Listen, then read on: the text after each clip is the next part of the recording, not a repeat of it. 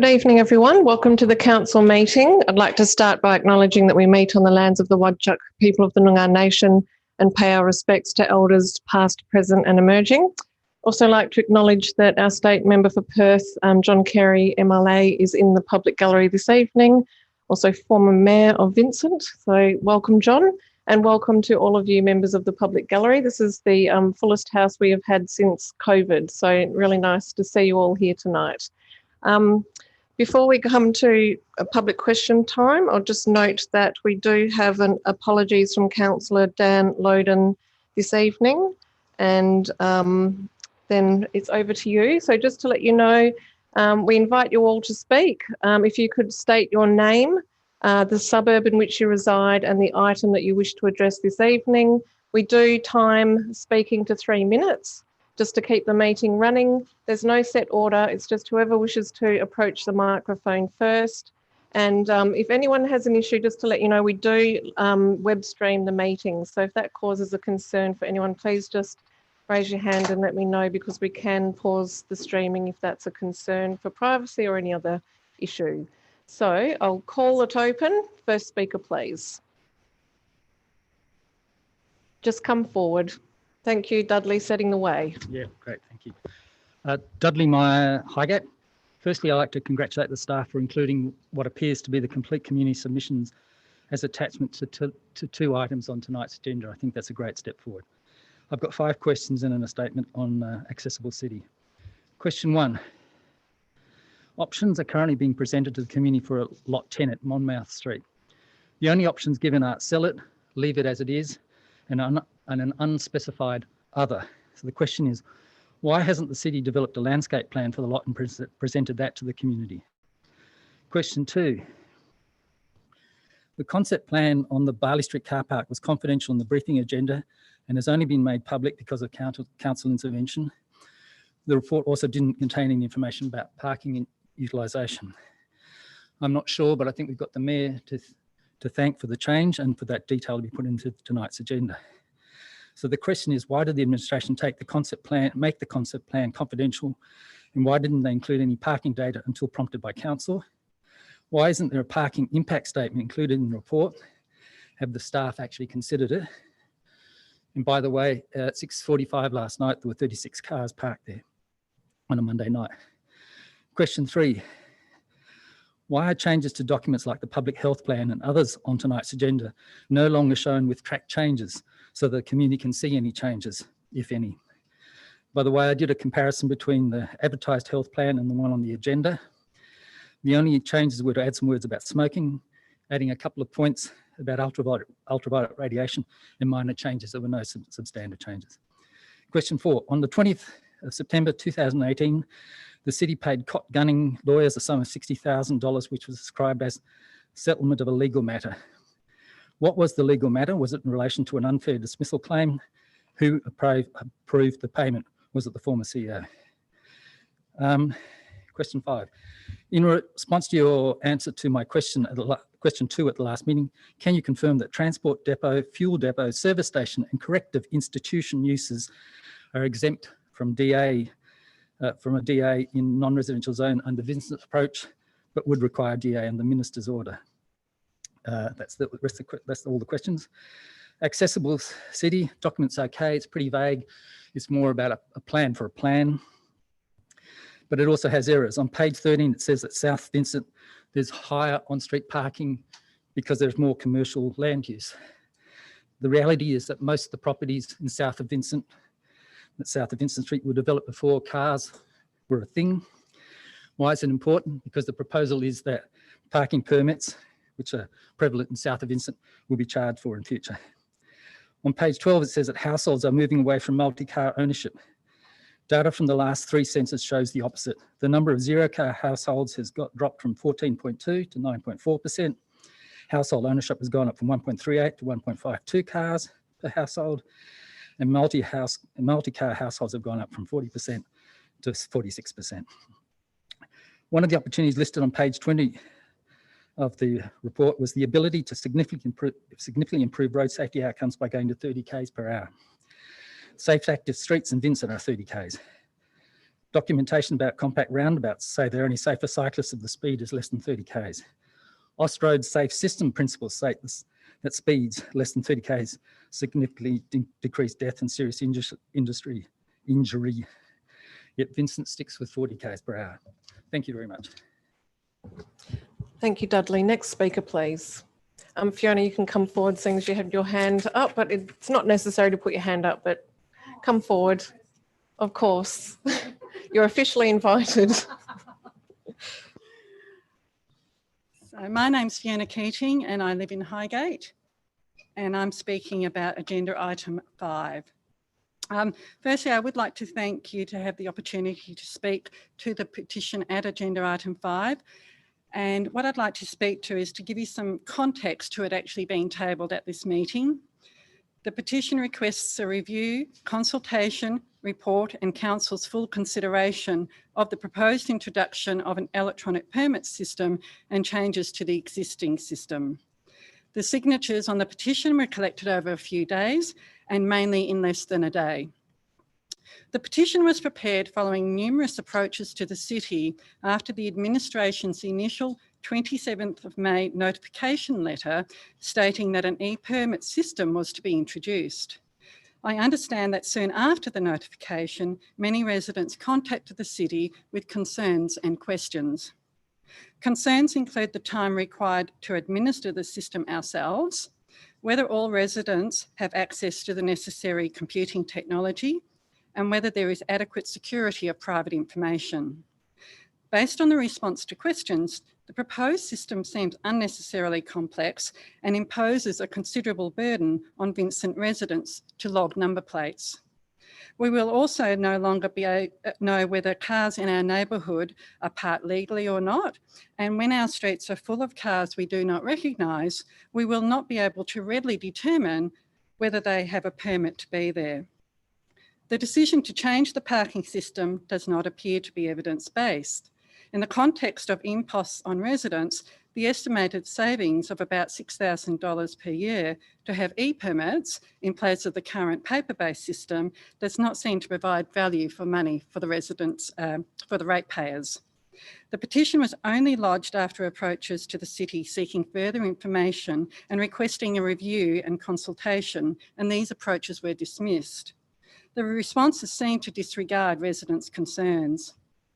Although the city's administration considers the consultation is not required because it is only a change of technology, from a resident's perspective, the changes will have significant time, privacy and computing implications, particularly for the higher density inner city areas of Vincent.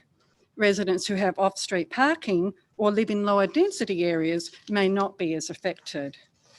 Consultation to ensure the changes to the existing permit system broadly meets Vincent's needs.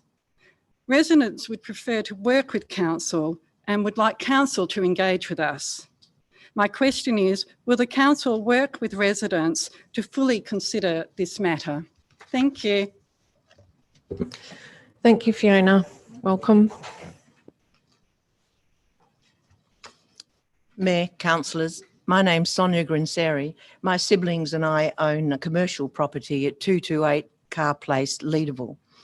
My question relates to the lack of public parking during 9 to 5 office hours on the east side of Oxford Street, Newcastle Street and Carr Place. The problem is exacerbated by Council's decision to permit the leasing of parking bays to be used for on-street seating, and once soon to be completed ABN building is operational with the ground floor showroom. The on-street seating has no compensatory allocation of parking bays for what's being taken. In 2008, the Connell Wagner Leederville Master Plan Traffic and Service Report stated, the existing parking is going to be replaced with multi-storey parking at Frame Court to 360 bays. It's currently 210. And the Avenue to 360 bays. It's currently 290 bays. This was never actioned and I understand now deemed by Council to no longer be required. It would appear that we're all going to ride our bicycles to Leederville or catch public transport. While this assumption may apply to a number of people who commute to their Leederville offices, and indeed in my family's buildings, we have complied with council regulation and put in a secure bicycle rack and showers, etc. However, it's killing 9 to 5 business growth opportunity because of the lack of parking. It's also a ludicrous assumption given that within 10 years, we're all going to be driving electric cars. Now, in the past few days, I've spoken to some 90% of the businesses owners in this vicinity of Carr Place, east side of Oxford Street and Newcastle Street, including, and these businesses, these diverse businesses that are not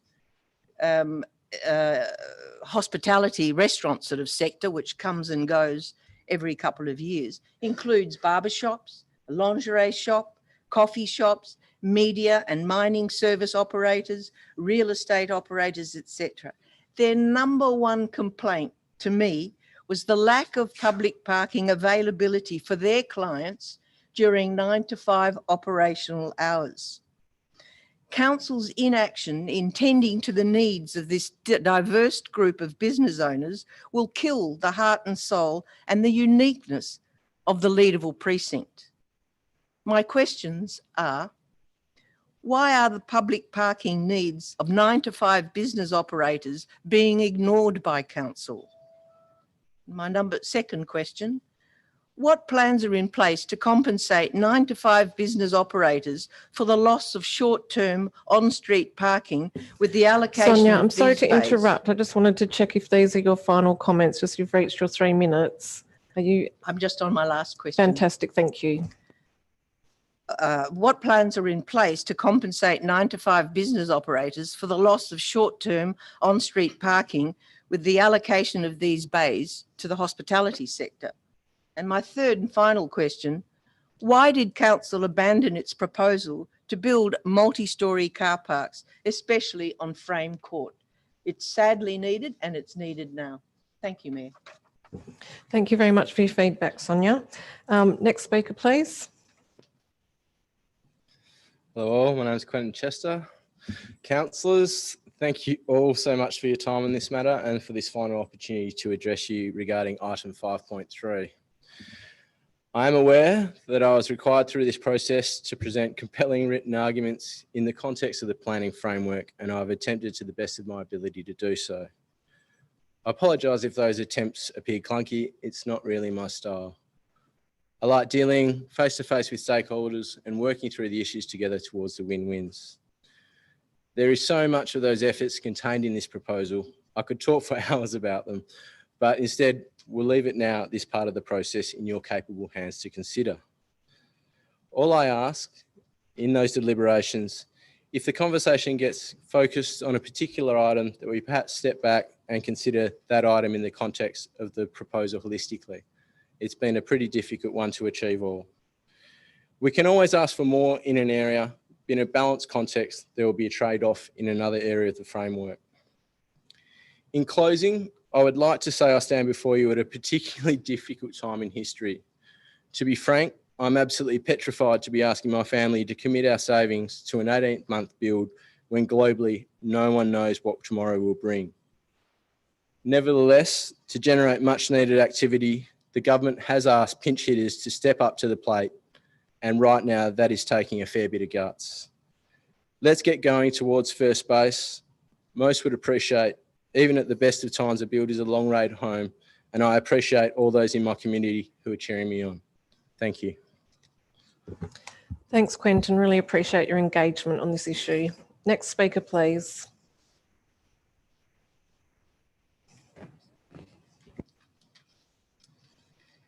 Sally Lake, resident of Highgate.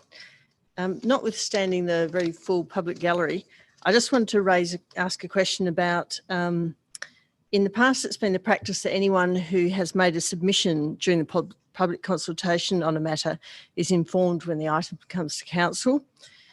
I'm aware that some people who've made comments on some issues that came up tonight have not been informed about the meeting.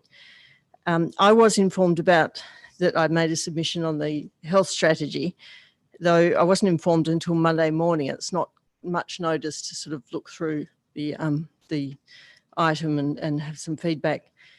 So I'm just asking, has the city actually made a conscious decision to stop informing people that their matter is coming to council, or was it an administrative oversight this time? In particular, were community members who provided submissions on the following items informed that the item was on today's agenda, and if so, when? So 9.4 public health plan, 9.5 mobile food vendors, 9.6 draft Haynes Street Reserve, 9.7 accessible city strategy, 11.2 youth action plan, 11.3 community funding policy, and 12.5 Anzac Cottage. Thank you. Thank you, Sally. I'm not aware of any change. It certainly hasn't been a change that council has requested, and we'll look into that for you. Thank you. Hello, Sinead. Welcome. Hi, I'm Sinead Unicum. I'm speaking about option 6, I think it is, Manor. Thanks for the opportunity to speak. Sorry, Sinead, and you reside in the suburb of? Oh, Perth. Thank you. Council, please vote for option 1 tonight. I've lived in Northbridge for 15 years and in my Vincent apartment across from World Square for 7.5 years. Please consider that this community has absolutely finally had enough. It is the Manor service that greatly contributes to the issues, as your report states. Thanks for pursuing Tranby House and other options, but there's been sufficient time to find a more suitable location. One hasn't been found because no Vincent resident will want this service near them. Why do we have to keep dealing with it?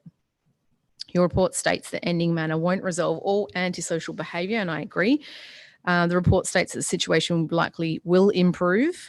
Manor causes people to congregate there. It's a simple fact. The park comes alive with people about an hour before Manor arrives, and many do not appear to be homeless, though it could be wrong, of course, which is also reflected in your report. Besides a poor survey of Manor patrons, admin's report is based on anecdotal evidence. So here's some more, which I would have offered if I'd been asked. The issues are escalating and I'm afraid to walk around my neighbourhood. I certainly can't use the park. The audacity of the criminals around this area is turning into sheer hubris. This so-called antisocial behaviour is way more than that. It's criminal. There is no law against homelessness, as the police say, which of course I fully concur with. But what I do have an issue with is the criminal behaviour, not homelessness. There's a big difference. Discontinuing Manor, in my opinion, will be a symbol of this to the criminals that regularly operate around my home. Such criminal behaviour includes all-night drug-fueled parties in the park and outside my bedroom window. Can you imagine this for weeks on end? Then there's constant drug dealing and use in broad daylight. I have video footage that will just blow your minds. They taunt us from the car park yelling, "We're back," as they set up their parties and camps where they do and deal drugs all night. They terrorise us and they know they can get away with it, especially in the current political environment. It all happens from the Manor service onwards and long into the night. The people come for the food and the drug dealers follow because this is where their clientele congregates. And then the criminals wreak havoc while the truly homeless people, in my opinion, probably find shelter for the night and access the services they need.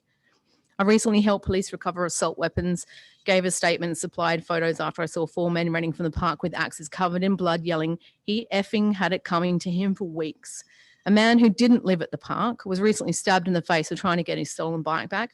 It's only getting worse. Something really bad is going to happen soon, and you've got a really big decision to make. I am in regular contact with WA Police to attend incidents. I don't feel safe walking around my neighbourhood. No one does. I know the Vincent Rangers share my sentiment. We've had our fair share of the Manor Meals service, I think, since 2008. Whilst I do have much compassion for homeless people, I lack compassion for criminals. By moving the Manor service, it'll be better for the people that live, work and recreate in this area. Don't we matter too? Option 3 is not clear what will happen at the end of the 3 months. I just can't handle another summer of all this. I strongly encourage council to choose option 1, which also aligns with the City Homeless Framework Action Plan. Thank you. Thank you, Sinead. Next speaker, please.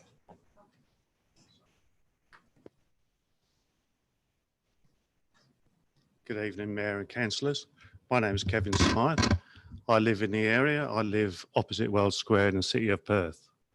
I'm chair of an apartment complex facing World Square.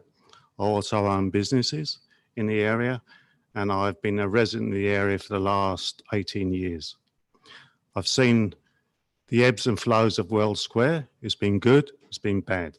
At the moment, despite whatever reports you've received, I can tell you it's the worst it's ever been. I concur with the previous speaker. I'm a little bit unprepared for tonight. I only found out about the meeting about 5 o'clock, so I've got not many notes. I also urge you to take action and accept option 1. The park is dangerous from morning to night. From 11 o'clock onwards, it gets worse. Once the manor van arrives, behaviour, criminal behaviour, and just totally antisocial behaviour. It's a health hazard, and I urge you, please, to take action and listen to the residents in the area. If you want a question, my question is, why haven't you been listening to residents in the area? I know for a fact you get daily phone calls. The police get daily phone calls. The police blame the council blame the police.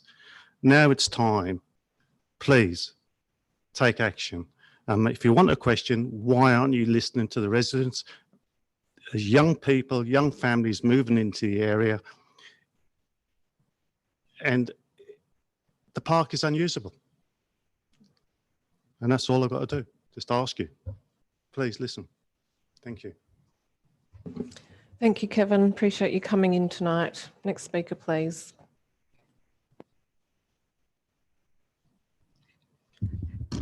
Good evening. My name is Hilary Capilingua. I also live in front of Weld Park, neighbor of Shanae, and I just moved in January, and I didn't know what hit me. I have not slept one night throughout, because our apartment balcony face Wilson car park, and that's where they congregate, use drugs. And I have a dog and I walk, and I will not go out of my apartment after 5 because I'm scared, afraid of, the first time I didn't know the situation, I went and sat at the park with my doggy. I got my phone stolen right under me, and I was pleading with them, asking them, and they just laughed. And of course, I had my bank card there. They they just used it up, and I couldn't do anything. And I've been there for 10 months, and I have not slept once, one night throughout. And I'm afraid of myself walking around. And it is a pity. It is a beautiful park, and we cannot use it. We cannot walk in it. I have 5 grandchildren that refuse to come and visit me because of that situation. And I have called the council so many times. First of all, I was quite worried about social distancing that they don't have while we were in ISO. And we couldn't do anything. They destroyed Earlington Jazz while isolation was. And it is, please do something, I beg of you, because I just bought in there and I like to enjoy my surroundings. And it's up to you all. Thank you. Thanks very much for coming in, Hilary. Next speaker, please. Oh, sorry, I forgot. The manor. Sorry. Can I just add? Very quickly, I think you, yes.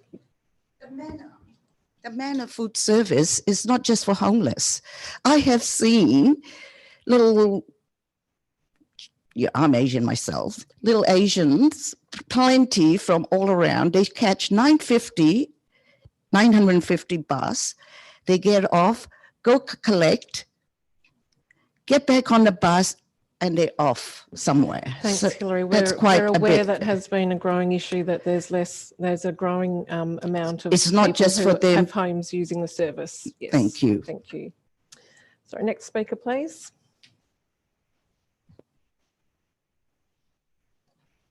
Good evening, Mayor, councillors. My name's Pete Ramsey. I live in Mandurah, by the way. I work in Perth. So I'm the president of the Friends of Anzac Cottage, which is item 12.5 this evening, but I approach Anzac Cottage on two planes. First of all, I was the project manager that rebuilt it, excuse me, from 1992 to 2002.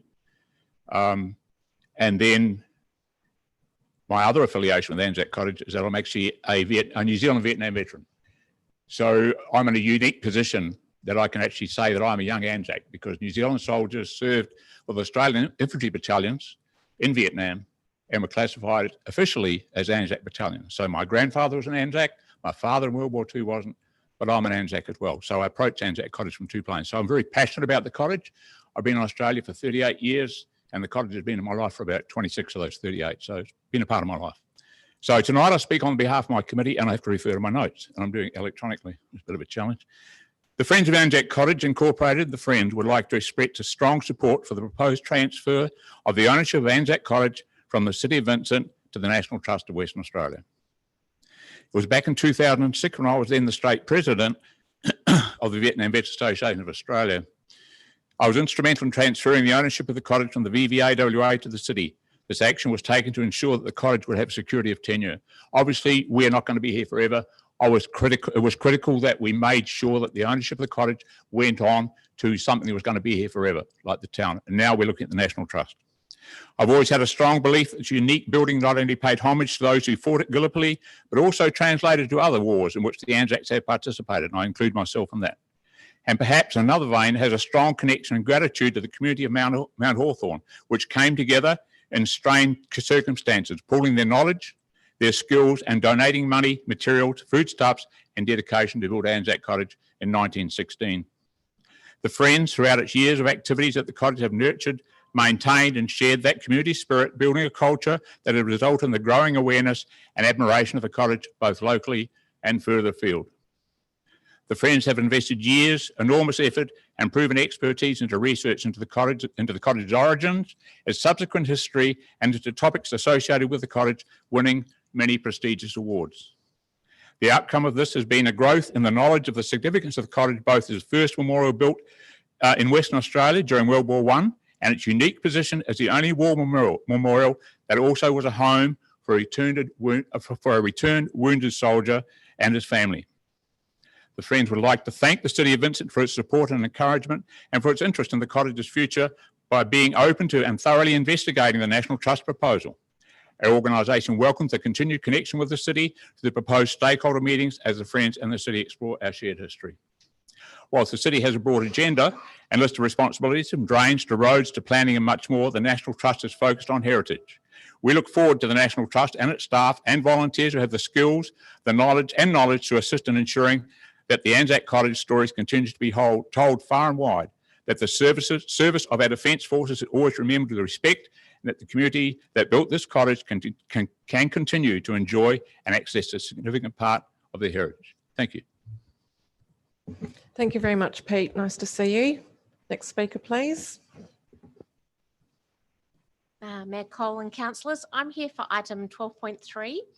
I don't have a question. Maybe it's a statement. I'll just clarify. No, you don't have to ask us a question at the City of Vincent. You can simply come up and make a statement. I'm just here so I can be brought forward in the schedule because it's right at the end. And last week's live stream was super long. But highly entertaining. Oh, it was awesome. Yeah. Thank you. Oh, did I say who I was? Miff Zirinsky from Millenden.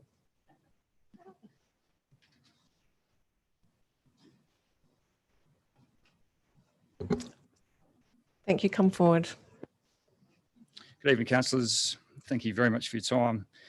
My name is Malcolm Guthrie. I live in North Perth on D Court, and I'm here to address you today in support of Quentin Chester's proposal to develop 2D Court for group dwellings. Excuse me.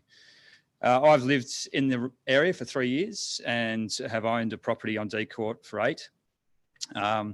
It's a place that I bring up my family at the moment, 2 young children and my wife, and we love the area. We think it's fantastic and a great place to bring up children. And that's why we're keen to see development in the area that's in tune with that and a good family life. And we believe that Quentin's proposal is in line with that. I guess a concern of ours going forward is whether more apartment buildings like across the road, across Burke Street, are going to come up in that area along the sort of corridor of Charles Street. And so we're keen to have the sort of smaller group dwellings like Quentin's proposal be supported and come forward. So I only met Quentin through this process, and as we're slowly getting to know the neighbourhood, as I said, that we're enjoying, and fully believe that Quentin's interest is in similar to ours in having a good family environment within the area. And looking further into the details of what he's proposing, I think he's had a fair and reasonable attempt at making sure that the streetscape is retained to a sense, and I'll make a point about the streetscape in a second, but also being cognizant of the park next door and the general environment of the neighbourhood. I know there's been some other developments suggested for that, using a battle axe, for instance, or a 3-storey development. I'm not in favour of either of those. I think a battle axe is on a small lot is not an efficient use of space. And I think Quentin's proposal is much better for that. A 3-storey, we've got a 3-storey 2 doors down from us that I think is actually a little bit too aggressive in terms of how it fronts up to the streetscape. And again, I think Quentin's done the right thing by trying to adjust and being a little bit less, more sensitive to the streetscape. In general, the streetscape, I think, is somewhat dated. We're, personally, are looking to redevelop our block in the next 2 or 3 years. We want to have a more modern style of living. And I think generally in the area, particularly around Charlesbury Yard Park, we've seen a lot of that development happening. So obviously, again, it sort of supports what Quentin's trying to do in 2D Court. Generally, a lot of the buildings there, as I said, are dated, and we believe that could have a general refresh for the neighbourhood would be fantastic. Through this process, I've tried to understand what Quentin's going through. It's been a bit of a long one for him. And I guess I'm keen to see a little bit more guidance from the council on what's required and what needs to be done in that, particularly in that area around D Court, but generally in that suburb as to what you want to see in terms of streetscapes. Thank you very much for your comments. Appreciate those. Welcome, John Carey. John Carey from Perth. I'm speaking to 6.1. I've not come to a City of Vincent meeting in my 4 years as an MP, but I am on this particular issue, which is Manor Inc. I just want to give some brief history. I've been the co-chair of the Homeless Working Group with the City of Perth, of which the City of Vincent is a member, and worked on homelessness issues in the last 3 years. There's been more than 50 groups that have been distributing goods and food in the city. It's been an ad hoc approach, services duplicated, and we've sought to drive a far more coordinated and targeted approach with a focus on housing first, which is helping people get off the street and into accommodation. You will have noted that we've made a major announcement of Common Ground Facility, which is WA's first housing accommodation with 24-hour support. We also established the Moore Street Precinct, which is a dedicated precinct. It's currently undergoing $1 million works with shelter to create a safe space for the delivery of services with security and lighting. And it is a scheduled program of distributors of food and goods. What is very clear is that World Square is no longer working, and it is not a safe space, either for those who are seeking assistance all the residents nearby. Now, there are a number of factors with World Square. Some of them are incidental. For example, there is a location of a McDonald's, and my experience as a Member of Parliament is wherever there is McDonald's, there is antisocial behaviour, unfortunately. But the simple reality is we have a small park close to residential homes, and there is some obvious conflicts that are occurring. We have the Moore Street precinct, a safe space, security, lighting, a dedicated program, and there are slots, I'm still advised, available by which Manor could operate from. I have to say this, I'm slightly disappointed with the administration. We've seen a cyclical approach where consistently there is another year approval, another year approval, another year approval. There was significant investment previous to my time. I really think that this council has to draw a line in the sand, that we take a coordinated approach to homelessness in the city. It needs the administration to lift its game, to say to Manor, either work with us, make a choice to be part of a coordinated program, or the service ends. Now, I hope that isn't the case, but we do need that consistent approach. Thank you, John. And just to flag, Council's decision this time last year was to transition. Next speaker, please. Hello, Lisa Fanchuli from Perth. I've been a resident. I've lived in the same house for 28 years. I've raised 2 children there, and been chair of the local sport council, and I was also chair of Northbridge Common for its first year after it was established. So I've got a long history of being community minded in the neighbourhood, and I just want to talk to you tonight about the administration's decision to introduce e-parking permits. I think it's overly technological solution to a problem that actually doesn't even exist. Having lived in the neighbourhood for 30 years, there's never been a problem with the existing process. It's an overly interventionist solution to a problem that doesn't exist, in that we don't actually want to have our visitors have to come and get their registration plates. I've got 2 teenage kids, adults, who live with me. Every time one of their friends comes over, they're going to have to log their number plate. Then you're going to be able to track us around the neighbourhood. Everywhere we go, we're going to have our number plates tracked and logged. There's no indication from the council on how, or from the administration, on how it's going to ensure data security, how it's going to ensure our privacy, how it's going to look after our interests and our rights. And when I've written to them, when I've spoken to them, I've been told, you're just afraid of change. You're just not technologically minded. That's just not true. All we want is an opportunity to have our views heard on this significant issue for local residents. Thank you. Thank you, Lisa. Are there any further speakers? Yes. Thank you, councillors. I'm here on a relatively minor issue compared to some of the other topics that have been discussed today, but still important for the neighbours at 258 Kilgullery Street. I'm guessing this has been a house of long history.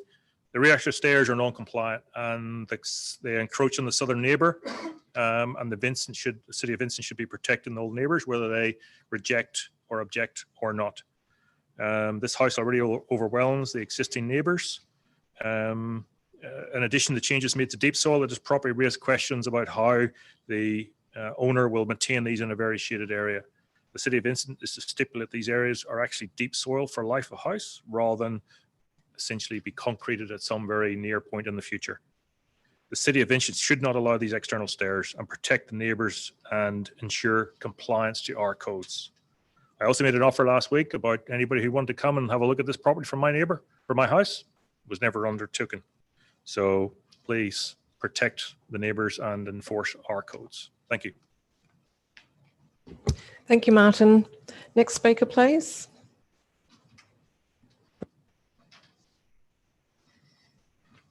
Hi, my name is Caitlin Clymer and I'm speaking to agenda item 9.2, which is 58 Kalgoorlie Street, the spiral staircase. I'm speaking in support of the officer's recommendation to approve the proposed spiral staircase.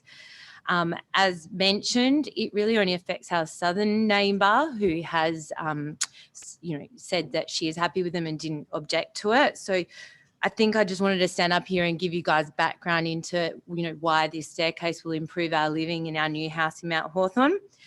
It will make a pedestrian access from the rear backyard to our first floor terrace. It currently is only accessible from an internal staircase, which is carpeted. All other aspects of our development remain the same as previously approved. So the council has recommended approval of this change as it is minor. I think we weren't able to attend last week, but some questions did come up, so I just wanted to answer those. In relation to the materiality of the staircase, the stairs and the central supporting column are made from steel and the balustrade is made from aluminium. They are topped with a synthetic rubber, which is an anti-skid pad, which ensures safety, but also does absorb noise. So that was one of the questions raised last week that we wanted to clear up. In respect to why this wasn't included in the original submission, originally we did have a staircase. We had a massive concrete staircase, which was a really architectural part of the original application. Throughout the changes that we made working with council and through the process, which was a pretty long process, we ended up removing those due to the large bulk and scale that, that it did have at the back of the building. So what we are proposing now is a tiny staircase. It's 1.5 by 1.5 and it's set back 1.95 from the rear. It's a really lightweight structure. It's seriously the smallest thing we could put there. But we do have two small children since we've last been here. We've had another child, a daughter, Calista, and we now know what it's like swimming in the pool and living in a house. And we just feel that in terms of access to the rear, our fresco and our kids' bedroom, it will be easier to not have to always use an internal staircase. So this is really just ease of use of the property. If I didn't have to add more expense, I wouldn't. I think this will really impact the living in the area, not just having that one single access to this outdoor area. Also in terms of cleaning it and just practical uses of that space, we do think it will make a big difference to us. We really can't wait to live in the area. We have made some great relationships with people and other neighbours in the area. And, our son starts kindergarten at Mount Hawthorn Primary next year. So we're not far off being there. And we respectfully request that you guys approve the application for this staircase tonight. So thank you very much for your time. Thank you, Caitlin. Next speaker, please. Good evening, everybody. Ara Solomone from State of Kin. I live in Mount Lawley. I also wasn't able to attend last week, but I did listen to the council briefing session. Caitlin has already sort of touched on a few points, but I just wanted to add a couple of others in relation to 9.2, sorry. One of the other speakers mentioned deep soil zone. I just wanted to let you know that since the previous application, the deep soil zone has actually increased. So it's over compliant by around about 15%. So it's increased, it hasn't decreased at all. The southern neighbour, who is, I suppose, the most adversely affected by the staircase, has supported the application and she hasn't actually written in with any objections. And as you know, the design underwent some scrutiny through planning and it was a really, really long process. The original design did have a staircase at the rear. It was removed in order to try and sort of mediate a response or a solution. I didn't want to remove it. I really didn't, but we were trying our best to sort of mediate, as I said. And this is just a smaller staircase in its place. The other one was 3 meters long by 1.5 meters wide, whereas, as Caitlin said, this is just a 1.5 meter diameter spiral and it touches the ground lightly. That's it. It's great. Thank you. Wait, sorry, one more thing, noise annotation. As Caitlin said, we've got rubber mats going on the treads, and also noise annotation isn't part of the R codes for residential. So just wanted to mention that. Thank you. Thank you, Ara. Are there any further speakers this evening? Okay, I'd like to say thank you to all of you for attending, for your feedback and your comments. It's very much appreciated. So we'll close public question time and I'll go to the CEO for item 4, applications for leave of absence. Have we received any, CEO? Does anyone wish to make a late submission for leave? Oh, my apologies. Sorry, since we've had COVID, we are still running our hybrid session of public question time where we're still taking some written questions. Apologies, Manager of Governance, if you could then read out the submitted questions or comments. Through you, Mayor Cole, so we've received 4 questions. The first one's from Andrew McLean of North Perth in respect to item 9.3. My name is Andrew McLean. I am the owner of number 25 Deed Court and I wish to speak on agenda item 9.3. Apologies, due to recent major surgery, I am unable to attend in person, but I wish to offer my support for this proposed development at 2 Deed Court. I have worked in the building and construction industry for 40 years and now in semi-retirement, I've conducted subsistence remediation works on properties in Deed Court and Hanover Place, including my own that is partially affected. Given it will be his own long-term home, Quentin has shown a keen interest in how to best address subsistence and in general knows he intends to build his home well. I've also assisted Quentin on his recent projects, including a new build in Wembley Downs. He and his builder Summit Homes Group produced a lovely family home there too. The properties in our street are in need of renewal and I support his efforts to do so. The next questions are from Andrew Main of North Perth in respect to item 9.7. Question 1, in the 12-month period it took the City of Fremantle to prepare its integrated transport strategy, drafts of the strategy were regularly provided to a formal council committee for its consideration and feedback. As such, the draft strategy was a public document, as were the changes made. In keeping with the City of Vincent's value of being accountable, will the City make public a copy of the draft strategy that was initially submitted to the City by its consultants and indicate the changes made to the strategy as a result of requests by officers and councillors since that time? Question 2, when the City prepares documents of a similar nature to the Accessible City strategy, feedback received during the consultation process and the City's response to this feedback is publicly available. Formal resident consultation on the strategy took place in May 2019 and there has been engagement by the City with state government agencies. However, a consultation report on the feedback received has not been in the public domain. As such, when will the City make public a report which includes the feedback received from both residents, ratepayers and state government agencies? Question 3, to prepare the strategy, it is clear that there has been a considerable amount of research as well as field surveys carried out by the consultants to aid members of the public and other stakeholders that wish to provide comment on the strategy. Will the City provide the data that has been collected and used to prepare the strategy and the findings and recommendations within it? Question 4, low traffic neighbourhoods are precincts that have been treated so that through traffic or rat running is discouraged through the use of measures including model filtering. Was the consultant asked to consider or did they provide on the concept of low traffic neighbourhoods? Why was the concept not discussed in the strategy or a recommendation made to implement them in the City? Question 5, it is noted that the strategy includes more share targets for journeys to work. Why doesn't the strategy include mode share targets for all trips and or trips to schools, shops, recreational facilities and sporting facilities? In addition, why doesn't the strategy include targets for cycling trips along key cycling routes or of which data is collected through the Super Tuesday count? Question 6, the draft strategy aims for modal shifts in the community, but one area where the City has greatest control of modal shift is its own workforce. Why doesn't the strategy explicitly include any actions and targets for modal shift in the City's workforce so that the City can be seen to lead by an example? In addition, why aren't similar mode shift targets recommended for elected members given the strong support to this concept we should provide? Question 7, there are a number of tables and maps in the draft strategy document which are difficult to read due to the low resolution. Will the City make all tables and maps separate documents so they are legible to those that wish to view them? There's a comment from Nina and Peter of 1 Deed Court in respect to item 9.3. We felt there was an alliance formed before the meeting. This group banded together at the meeting to comment on the personal character of Quentin Chester. This was irrelevant to the proposed development of 2 Deed Court. Some members of this group live in Hanover Place, therefore the developments at 2 Deed Court do not directly affect them. We should also mention one group member who commented on the personal character of Quentin Chester lives in Bennett Street, North Perth. She is also a Can I just raise this question? I don't even know what this is referring to.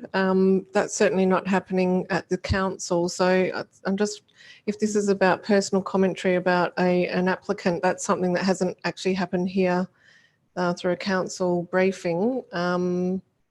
Have you just read through that question to see if it's relevant? Because if it's talking about personal attacks on character, I'm not sure that we need to hear that if that hasn't been part of this decision-making process or introduced into this chamber. I think the rest of the question's more relevant. I'll continue with the remainder because that is more relevant, as Councillor Wallace has said. They refer to the fact that they live directly across the road at number 1D Court and have valid concerns that are expressed in the community consultation submission form that they submitted to the city. We expect the proposed development to comply with all the requirements listed under the deemed to comply provision. Should it be approved that the upper floor project is forward of the ground floor alignment, this will greatly have an effect on our property. And that's what they stated in their submission form. And they state that they've lived at D Court since 1984. There's one final comment from Richard Williams of the Vietnam Veterans Association, who was unable to attend due to an unexpected circumstance, and that's in respect to item 12.5. I'm forwarding this letter of support in favour of City of Vincent's pending transfer of title to Anzac Cottage to the National Trust of Western Australia. The Vietnam vets appreciate the relationship that the Vietnam vets have had with the City of Vincent since transferring the cottage to the town of Vincent in 2005. There have been ongoing cooperation between the city and the Vietnam vets. The decision by the city to transfer the cottage title to the National Trust is at this time welcome and supported by the Vietnam vets. Once Anzac Cottage is listed in the National Trust Register, it ensures the future and history of this unique property in years to come. The Vietnam vets look forward to having a continuing relationship with the city at Anzac Cottage and the future opportunity to establish a close working relationship with the National Trust of Western Australia. And that concludes all our questions. Thank you. Thank you, Manager. So just to note also that questions that were received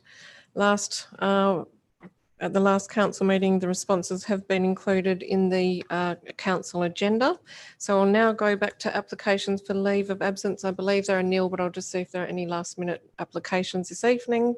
No, thank you. Item 5 is the receiving of petitions, deputations and presentations, and we have had a petition presented to Council by Fiona Keating regarding the introduction of electronic permits and changes to the existing system. We have also heard from Fiona, and they are that the petition is received, that the petition be received and a report be prepared, or that the petition be received and referred to a committee for consideration and report. We don't really have a committee that would fit that mould, and or that the petition be received and dealt with by the council. I would recommend to council that we proceed on the basis of receiving the petition and to seek a report to be prepared. I did just want to make some comments for the benefit of council and also for the benefit of Fiona and Lisa, who are still present in the public gallery, that I have checked with the CEO and understand that the software for the e-permit system has already been procured. So at this stage, in terms of consulting on moving forward with e-permits, that presents problems, given that that decision has been made and the software has been procured. But I do agree that the communication plan was needed up front, and that hasn't been well executed. Administration is now working towards a good communications campaign for the community where the e-permit system will be rolled out with an instructional video, and we will be soon writing, understand the director will soon be writing to residents to outline that process. I believe there'll be a 3-month process. I have requested that the CEO run whilst it's not consulting on the adoption of the change, but consultation at the same time as the implementation and rollout happens, so that we can seek feedback from residents about the impacts, about the rollout and their feedback on how the system is or isn't working for them, in order to support that rollout and to iron out any issues that do emerge, and to allow us to be responsive to those issues and to work closely with residents on those. And I also believe that access and inclusion needs to be further outlined in this phase in terms of how the city will be dealing with that. So I know that's not what the petitioners are seeking, but at this stage, given the project has moved this far, this is something I think that at least will allow us to engage closely with residents on how they're experiencing the rollout and how they're finding the system and what we might need to do to tweak it to make it work as effectively for residents as possible. So council members, if I could just put the motion to you that the petition be received and a report be prepared. I would also like the report to look into the issues raised by residents so that they're outlined in an official report to council so that we can also deal with that. Could I have a mover and seconder for the petition to be received and a report be prepared? Moved Councillor Hallett, seconded Councillor Castle. All those in favour? I declare that carried. If that report could be available at the next meeting, that would be much appreciated. Thank you. Okay, moving on to confirmation of minutes, which is item 6. This is for the ordinary meeting of the 15th of September 2020. Could I please have a mover and seconder to adopt the minutes? Move Councillor Fotakis, seconded Councillor Smith. All those in favour? I declare the minutes carried. Announcements by the presiding member. I'm just noting we've had an hour almost of public question time, so on a very busy agenda. I just thought I'd flag that this agenda is quite significant this evening in terms of some policies that we're dealing with. We have the Accessible City Strategy, the Public Health Plan, the Youth Action Plan and the Hames Street Development Plan. And we do have some significant decisions ahead of us in relation to land sales, a potential land swap, with the opportunity to create a town square in Beaufort Street, the transfer of much loved Anzac Cottage, a tough decision in relation to Manor Inc. And we're also looking at spending $3 million for Beatty Park Leisure Centre. So quite a significant agenda this evening. I will now go to the CEO for declarations of interest. Thank you, CEO. Thank you. Through you, Mayor Cole. Declarations of interest have been received by Councillor Alex Castle, financial interest in relation to item 12.5, transfer of Anzac Cottage, the National Trust, noting the extent of the interest is that Friends of Anzac Cottage are a client of the councillor's business and the councillor is not seeking to remain in the chamber or vote in the matter. Councillor Castle also declared a financial interest in relation to item 12.8, appointment of a community member to the City of Vincent Audit Committee. The extent of the interest is that the recommended applicant is a client of the councillor's business. Councillor Toppelberg has declared a financial interest in relation to item 9.2 in relation to Kalgoorlie Street. The interest being that the councillor has an existing financial relationship with the project architect who is a party to the application, and the councillor is not seeking to remain in the chamber or vote in the matter. Councillor Wallace has declared a proximity interest in relation to item 12.2, requested the Minister for Lands to acquire 6 rights of way as Crown land and reserve as public rights of way, Perth Precinct. The extent of the interest being that the councillor and his partner are owners of 4 Grant Street, Perth, which adjoins the right of way between Grant, Lincoln, Beaufort and Bulwer Street. And the councillor is not seeking to remain in the chamber or vote on the matter. Councillor Smith has declared an impartiality interest in relation to item 12.8, appointment of community member to the City of Vincent Audit Committee.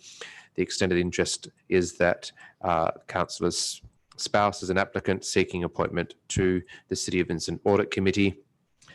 Mayor Cole has declared an impartiality interest in relation to item 12.8, appointment of the community member to the City of Vincent Audit Committee, noting that the Mayor has a personal association acquaintance with the applicant seeking appointment to the City of Vincent Audit Committee.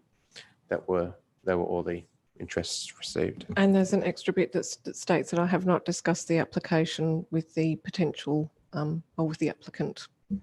Thanks, noted. Thank you. Okay, so council members, we'll just go around the room and ask you what items you would like to debate in addition to those already raised by members of the public gallery. So the items that have already been raised are 12.6, 9.4, 11.5, 9.7, 9.3, 10.1, 12.5, 12.3, 9.2, plus any items where we have an absolute majority decision or a proximity or financial interest, they will also be drawn out. So in addition to those, Councillor Hallett, do you have anything further? Councillor Castle? 11.2, please. Councillor Wallace? 11.4, thanks. Councillor Fotakis? I think 12.9. I just want to clarify with the CEO. Well, we have to bring that forward because we Yeah. have to nominate. Yes. Yeah. Okay. Thank you, Councillor Fotakis. Councillor Toppelberg? Thank you, Mayor Cole. 9.5, 9.5 and 13.3 as well, which is a notice of motion. Thank you. Councillor Smith? Councillor Gontaszewski? 12.1, 12.4, 12.7 and Oh, 13. whoa. Sorry, start again. Let's just do them all. No, thank you. 12.1, go easy. 12.1, 12.4, 12.7 and 13.1. Please. Okay. I will raise 13.2 and just check that we have every item that we have an amendment on the table for, to check that they have been raised as well. Yes. Yep. Okay. If you could just bear with us for a moment.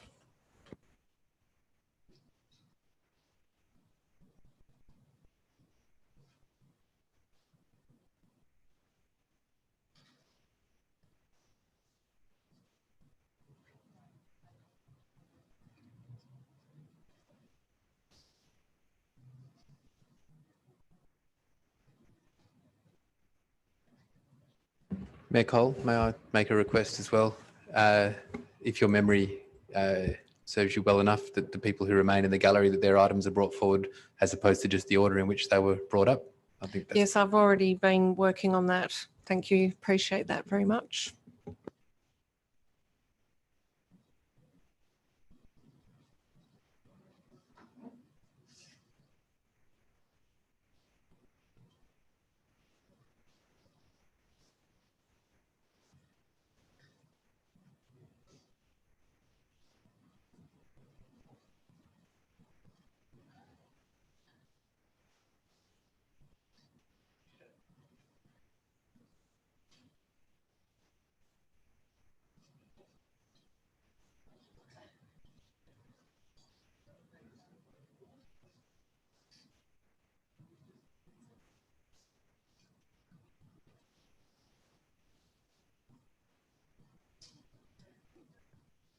We have very few on-block items this evening, but the CEO will read them out. Through you, Mayor Cole, the items being proposed to be moved en bloc include item 9.1, item 9.6, item 11.1, item 11.3, item 11.6, and item 12.10. Can I please have a mover and seconder for the on-block items? Move Councillor Hallett, seconded Councillor Fotakis. All those in favour? I declare the on-block items carried. I'm just conscious of who's in the public gallery. So there were... Yes? It's absolute majority. Yeah. So it has to come forward. We're not doing just one tap, did we? Okay, yes. Yes, I know. Thank you. So I just want to check. We did have 4 items raised, but I believe that the member of the public gallery has left. I just want to check whether anyone was here in relation to item 12.6, Barley Street Car Park 9.4, Public Health Plan 11.5, Authorisation of Expenditure, or 9.7, Accessible City Strategy. No, okay, we'll come back to those. 9.3 was the next item raised, Deed Court. So we still have, yes, we still have Quentin here. Okay, we'll go to that. So 9.3, number 2, Deed Court, North Perth 2 group dwellings. Can I have a mover and seconder for this item, please? Okay, it's going to be a long night. Moved Councillor Toppelberg, seconded Councillor Wallace. Thank you, Mayor Cole. I'm well aware of the length of time this applicant has been dealing with the city's officers in relation to the proposal. I am not comfortable in supporting the decisions that are listed for refusal, not because I disagree with the principle of those in terms of our scheme, but in terms of the specific location of this property. I suppose the only comment I will make that's been spoken about at length and seems to have been a feature of the DRP's comments is in relation to the Battle Axe block proposal. Whilst it's technically possible to have had two lots fronting onto what is actually road reserve, but presents as a park, it does not present as a reasonable outcome given the lot size and the amount of land that would have to be given up as driveway and effectively common property. I think that given its location, the side-by-side proposal as a principle is actually a better outcome for the lot. That said, I understand the issues that the officers and the DRP have had with the applicant, and there seems to have been a willingness to engage and to make design changes, but not necessarily a willingness to take on board the advice and the specific issues that have been presented. I am not, well, in the event that the officer's recommendation is not supported, I am comfortable in moving an alternate recommendation, but there would, for me, approval would require changes to the proposal that would likely not be able to be achieved via conditions. So I will foreshadow that would likely lead to a deferral of the application, but with specific comments from my point of view as to what the applicant would need to do in order to make that an acceptable outcome. But I will allow my colleagues to debate and make their views known. Thank you, Councillor Toppelberg. Councillor Wallace. I think I support the administration's recommendation as written. The applicant's seeking some fairly significant variations to the setbacks at the front and the side of the lot, and there's some issues dealing with the garage setback as well. I don't feel that this is a particularly constrained site, and I guess for that reason I'd like to see the applicant stick within the deemed to comply outcomes there. Having said that, I think there's some amendments floating around, so I'd be interested to hear those, or a deferral of the decision to allow the applicant to address the issues raised by the administration. Councillors. Councillor Gontaszewski. Thank you, Mayor Cole. This is a site that's capable of being developed into group dwellings, but I think a design close to this nature, I think, is approvable. But I think primarily my issue relates to the upper story that amplifies the issues associated with the setbacks. I think that this is a fairly unique context in terms of the nature of Deed Court that means that I don't feel that the deemed to comply criteria in relation to street setback is of primary guidance and is certainly not met here. However, the massing and the lack of articulation on the upper floors amplify that reduced setback. I can appreciate that the applicant, one of their primary drivers for their design is in relation to the park. However, as the road is not a constructed road, we are unable to consider that as a primary street and look at that in terms of the frontage of the development. So Deed Court is where it needs to be at.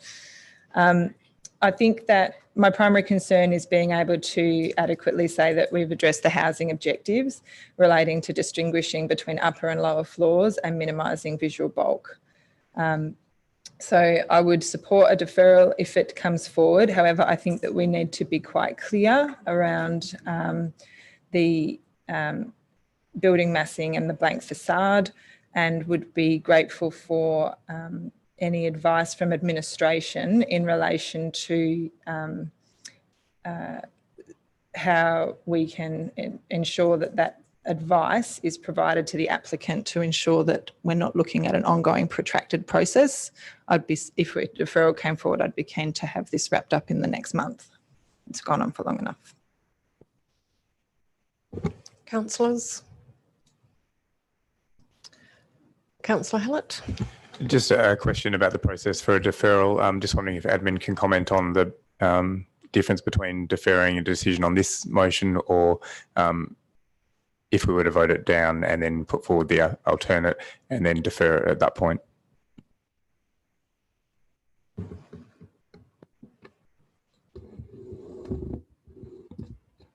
Through you, Mayor Cole, I'm just trying to think through what you're saying. So if the refusal recommendation didn't get carried, then you would suggest moving the alternate.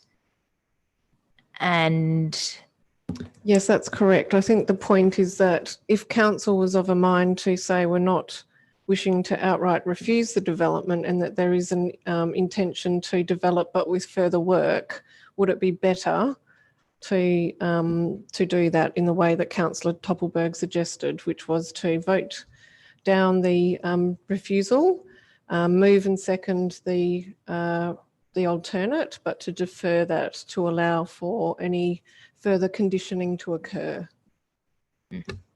Through you, Mayor Cole, I would suggest that would be a cleaner approach, to move the recommendation, and if that fails, then move an alternative to defer it, but don't move the alternate recommendation that's been prepared.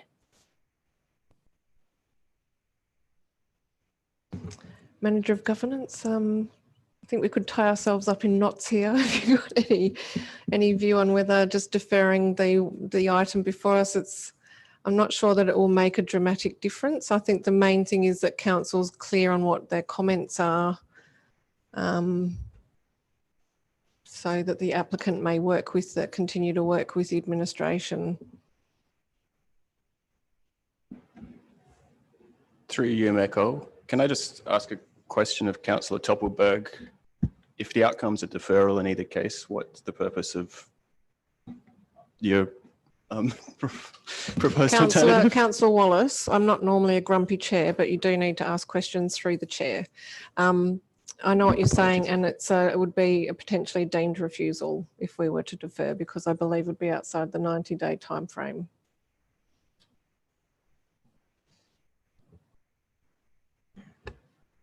Through you, Mayor Cole, that would be correct. If a decision isn't made tonight and the regs are quite clear that a decision must be an approval with conditions or a refusal, then it would be considered a deemed refusal, and the applicant would have a right of review to the tribunal. So given that we haven't been able to obtain the applicant's consent to an extension of time, that would be open to him if he wanted to pursue it through the tribunal. Mayor Cole, may I ask a question through you? Yes, sorry if I came across as That's grumpy. okay. Through you, was that option not available to the applicant yesterday without this decision forum, given the timing that it occurred? Through you, Mayor Cole, no, we had obtained an extension to reflect the council timeframes. And a question through you again to the Manager of Governance.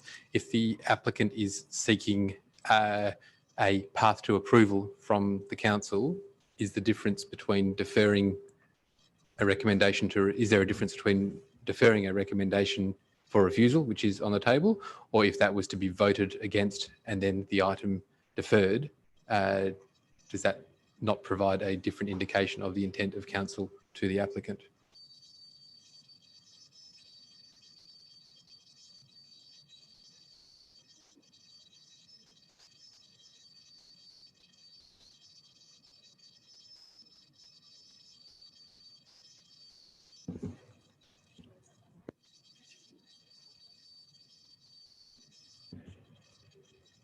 That noise stops when I turn my microphone on. That's very strange.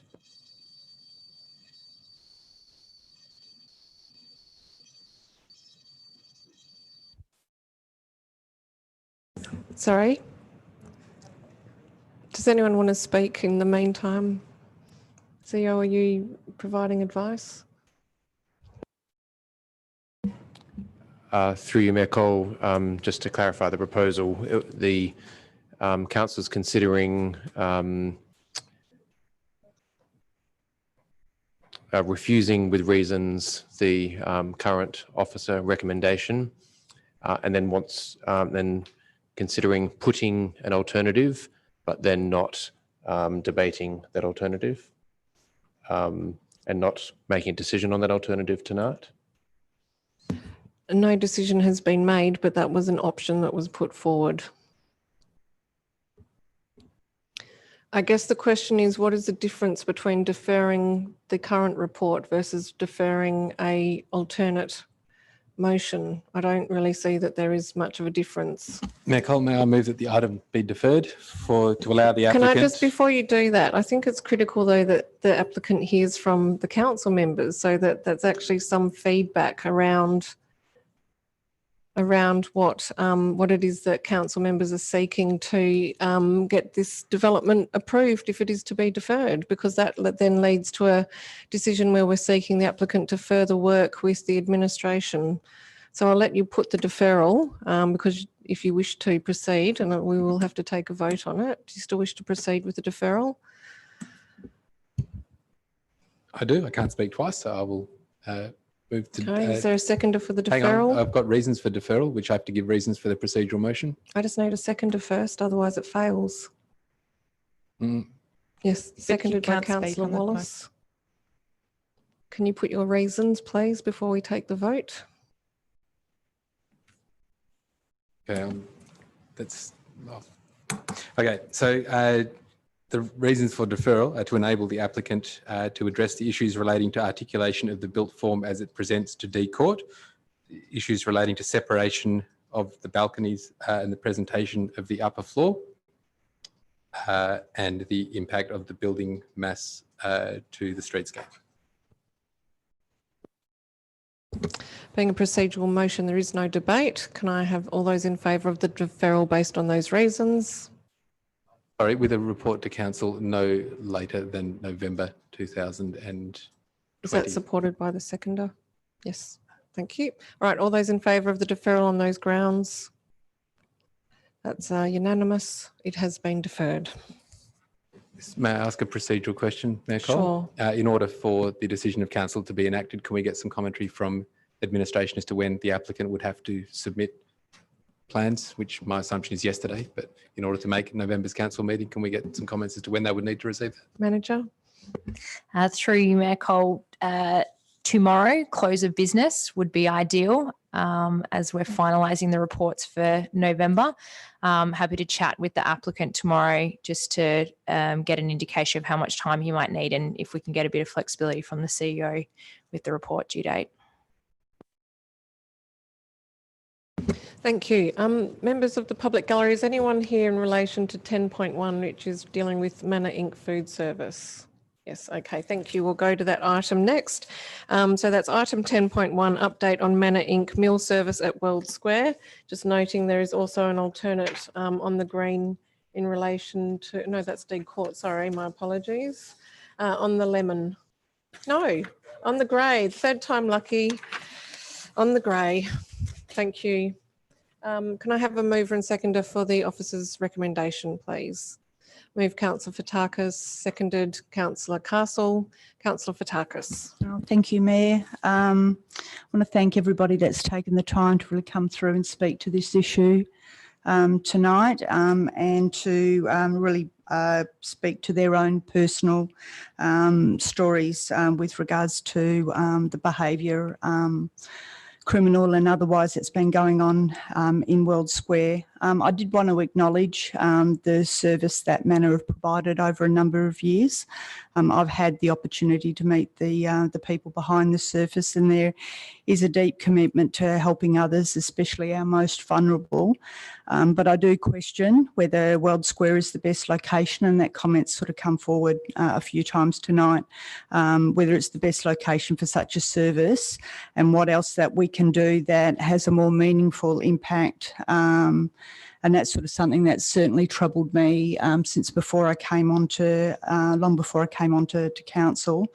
We're now seeing significant changes in the numbers, and they're reflected in the report. A significant drop in the number of people using the service and a massive decline in the portion of those people who are actually homeless. And again, that was referred to tonight from members of the public who've seen it for themselves. We've also seen a significant improvements and more than ever before the coordination before services and projects like the Moore Street precinct. And I want to thank John Carey, member for Perth, for coming in tonight and speaking to those and raising that particular point. And I think that's, for me, what makes me quite comfortable in addressing sort of some of the harsh realities of this service. I know we've got an alternate on the table, and I'll allow others to speak to that. But we're seeing, separate to the manor service, and I know that that's being regarded as a bit of a trigger, but we're seeing a rise of an element of people causing issues and distress to the regular users of what is a beautiful park, intimidatory and criminal behaviour, which I have no tolerance for at all, and particularly where you've got new members moving into that community, seemingly to be targeted because they really don't know what they're in for. So again, I thank all those in the community members that have taken the time to speak tonight and recount your stories. If we're of the mind to actually raise that alternate, I'll be supporting the alternate, but I'll let others speak. Councillor Castle. Thank you, Mayor Cole. Yes, I echo the sentiments of Councillor Fotakis. I think that there's been a long history of Manor Inc. providing a much needed service at Weld Square, and it's an issue that Council has grappled with regularly when these licences come up for renewal. I think what we've reached from what we're hearing from the community is the tipping point where this service has now having too great an impact on the residents surrounding Weld Square. And given that there is some changes happening in this space and some other alternatives that have been explored, we've been actually trying to explore these for some time.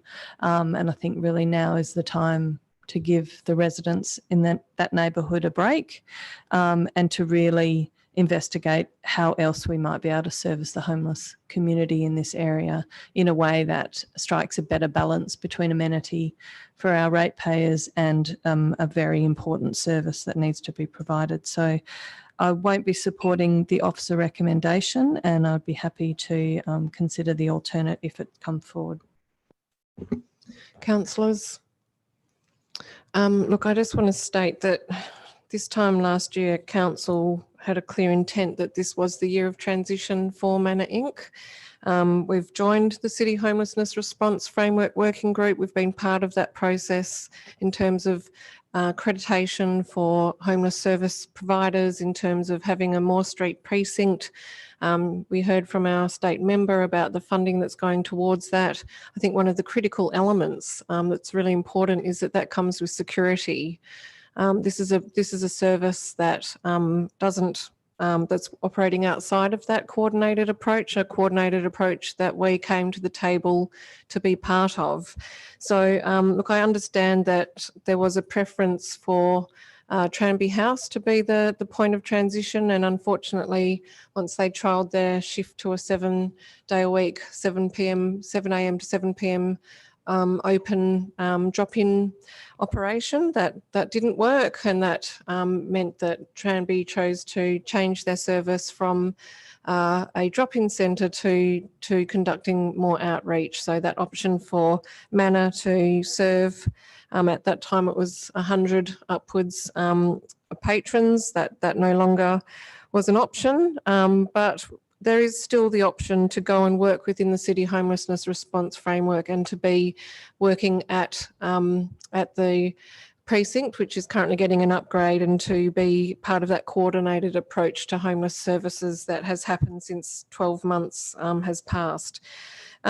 I do think that Manor Inc. provides an invaluable service. They work across the metropolitan area. They deliver breakfast to school children in need. They do services across far and wide. This represents 15% of the service that they're running.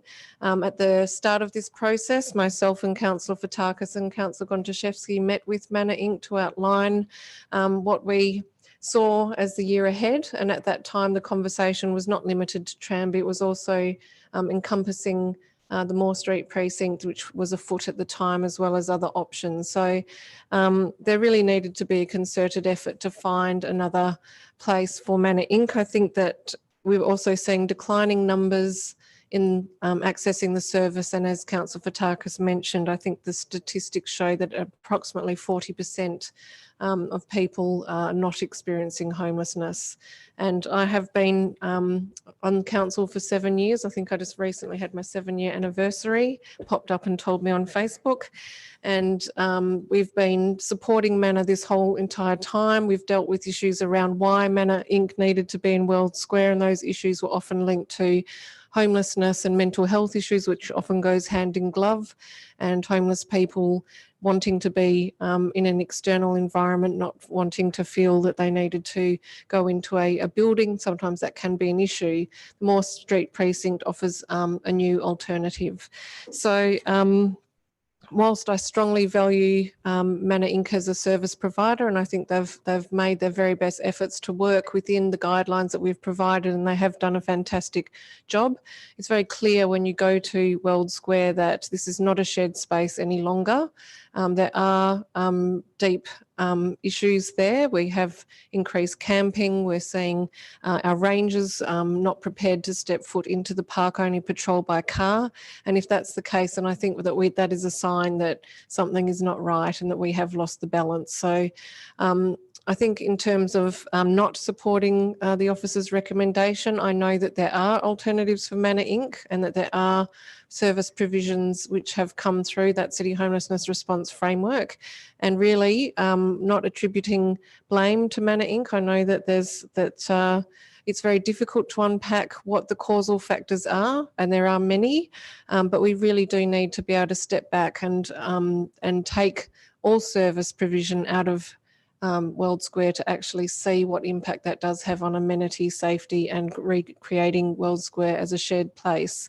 I think the comments from Sinead, local resident, this evening were very valuable around criminality versus homelessness. And I completely agree that homeless people have the right to be in our parks. They have the right to gather. They have the right to rest under a tree and enjoy the great outdoors, as we all do. But I think that this impact of criminal behaviour and the rising level beyond antisocial to quite frightening behaviour is quite concerning. So whilst I will continue to support the great work that Manor does, it is time for World Square to have a rest. Are there any further speakers on the officer recommendation? Okay, I'll put that. All those in favour of the officer recommendation? All those against? I declare that lost. Does anyone wish to move an alternate motion? Moved by Councillor Topelberg, seconded by Councillor Fotakis. Thank you, Mayor Cole. So that's the recommendation, or the alternative recommendation on the grey. Silver. Silt, I thought you said. On the silt. So I've been thinking for a couple of weeks about whether I wanted to say anything on this matter at all. I'm not going to say that much, but there's a couple of things. First of all, in a general sense, I think that conflating the issue between Vincent as a local government and our responsibility and what we do in terms of how we support people experiencing homelessness within Vincent and more generally, housing issues and social issues that I think if you look, and particularly in that eastern part of Perth and Northbridge, at some of the approvals that this council has made in terms of allowing service providers to operate within Vincent, and sometimes at the protest of community or otherwise, I think that we have very much lifted our weight and taken our responsibility as a local government. We are not the state, we are not the country, we are a local government, and a small local government at that. Whilst it was alluded to, I think it's important to speak specifically about it. Our own rangers are neither trained nor qualified, nor is it their job role to manage some of the issues that we see experiencing, and the fact that we have to communicate with our residents and say our rangers will drive and visually observe around World Square in particular, but will not exit their vehicles because they're neither qualified nor capable of doing what potentially needs to be done in order to address some of those issues, to me suggests that this is not so much, or the issues at World Square are not so much a local government issue. They are a part of our community and how we manage varying needs and varying circumstances that go on. But ultimately, in making this decision, this is about for me, what's presented as a necessary service, and I don't doubt the fantastic work of Manor and have been a supporter of it for all the years I've been in the chamber. And I don't think that disallowing that service to continue at World Square is in any way disallowing that service to continue. I think that if there is a demonstrated need at both ends, as Manor refer to them as their clients, and from their point of view to be able to provide the service, that if that is an actual need, there are many other ways in which that can occur, and I'm sure that we'll see that over time. Just in terms of the dates, I'll also note that whilst the current licence is proposed to conclude at the end of November, the proposal that's on the smoke, there you go, is talking about December 31. So it's not, we're not saying to Manor, you've got to be gone next month. It does give some time for them to consider what their options are. But primarily as a local government, our responsibility is to our community, and that involves everybody, but we are hearing loud and clear. And the question was asked, why are we not listening? I don't think that is the case at all. I think that we have been listening and managing for many, many years about a whole host of issues. And there's no suggestion that, or from me anyway, that the discontinuing of Manor Inc.'s food service is going to solve all of the issues at World Square. But absolutely, we have a responsibility to our community. We've spent hundreds of thousands of dollars on that space. We've turned it into what is if you look at it from a map point of view, which you drive by or otherwise, it is a sensational inner city urban green space. And yet our own residents are afraid to actually go there. And that's not a late at night activity or otherwise. That's 24 hours a day, 7 days a week. And that to me is unacceptable. That's not the intent of what World Square is or should be. It should be there to be enjoyed by all. And we shouldn't have situations where we are having residents coming in here telling us stories of people running around with blood-soaked axes in our reserves, and we are powerless to act.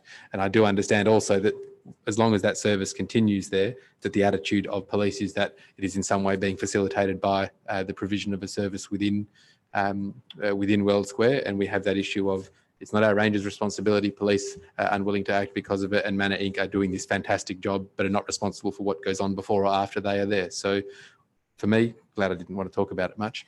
For me, there you go, heard that one before too. But for me, this is about listening to our community and saying to Manor Inc. that the wonderful work that you do can and should continue, but it can't continue at World Square for the moment. And it gives us a proper chance to have a look at those issues and to address them.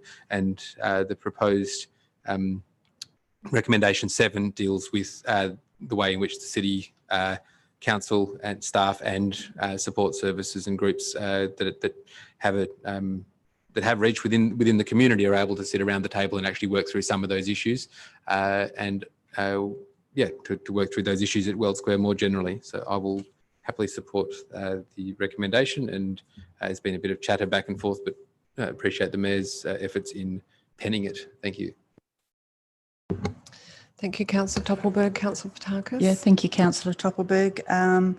Just a couple of points that I did want to just touch on, again, to reinforce what the Mayor referred to as this year being the transition year, and that's referred to in the alternate recommendation. Clearly, the need for us to be looking at that at this particular time, but that was always the case. And I think when we considered this issue last year, there was quite a considerable amount of discussion about that. Appreciate when we're looking at motion 6, when it talks about the transitioning to the newly established Moore Street precinct. Appreciate John Kerry referring to that tonight and acknowledging available space there for us to consider, so it's not as if we're ceasing a service without options.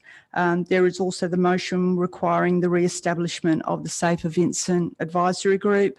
Having been previous chair and sitting on that group, it was a very valuable group to actually have key people around the table: WA Police, Noongar Outreach, our rangers, as well as staff and members of the community. We do have a Safer Vincent action plan in place. But one of the issues that really has disappointed me is hearing about the scale of these problems from the public and not from our admin. And particularly when it comes to our rangers being too frightened, or the issues being elevated to the point where they will not go into the park. Had to hear about that from a member of the public. So I think we can do better. I know we can do better in that count, and I see that Safer Vincent Advisory Group a really valuable part of that process of ensuring that we've got key people around the table. So obviously supporting the alternate recommendation. Thank you, Councillor Fotakis. Any further comments on the alternate? Look, I'm not going to repeat anything that I've already said, but I just wanted to add some additional comments. That Councillor Torberg, I note that your comments around this not being a local government issue, but I think it does need to be stated that we are playing our part and that we have walked towards the City Homelessness Response Framework. We sit around the table with regularly with the City of Perth, with John Carey and formerly the Commissioner, Gay McMath, chairing that group, with service providers, with representation from government agencies. We are part of that discussion. We have been funding to outreach workers who work for Uniting WA. And when the CEO and I went to World Square yesterday, we met Damien and Leon, who were out in the park working with people and talking to us about the sort of work that they're doing there. And they're paid and funded by the City of Vincent. During COVID, we have given $1 million of support to public benevolent institutions around not solely homelessness, but supporting people in need. Funding has gone to Food Bank, to Rua, to St Vinny's, to People Who Care, Darabal Yerrigan Health Service. I think there might be YMCA. That's more about youth mental health and support. But we are actually engaging with services. We have a long-lasting partnership with Noongar Outreach Services. We fund Noongar Outreach Services $50,000 per annum. And we have a very good relationship with our 3 local police stations, with our Safer Vincent officer regularly liaising with police. So it's not that this isn't happening and that the support isn't there. It's about, making these decisions and trying to really take that approach that the City Homelessness Framework has established for us. I just also want to say that I do think the re-establishment of the Safer Vincent Advisory Group has been heightened through this process, and that it is something that we have had in the past, where we've had police, rangers, Noongar outreach around the table. I think we need to bring in our Uniting Care outreach workers to that table, as well as an option for community feedback and council member oversight, so that we understand exactly what's happening out there. And I think there have been some blanks in relation to that information flow. So I see that as part of the solution as well. So I recommend the alternate to you on the smoke. Are there any further comments? Okay, I'll put the alternate. All those in favour? I declare that carried.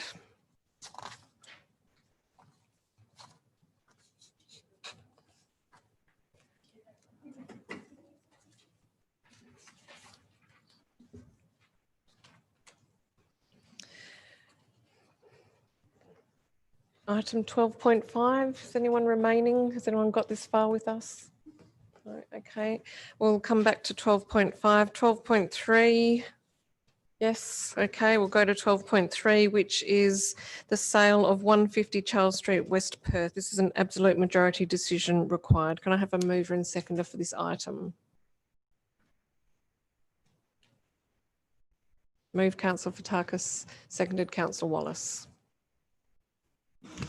Thank you, Mayor. I just have a question to the officers, and I'm not too sure whether we can be answered or whether it goes to the nature of sort of some of the confidential aspects. But just with regards to it being a cash offer, where there is proof that the purchaser has the capacity to settle, where there's a significant amount of consideration that's on the contract, and we're not going to end up in the situation where the purchaser is unable to proceed because they've submitted a cash offer, but in the background relying on finance to be able to proceed with the transaction.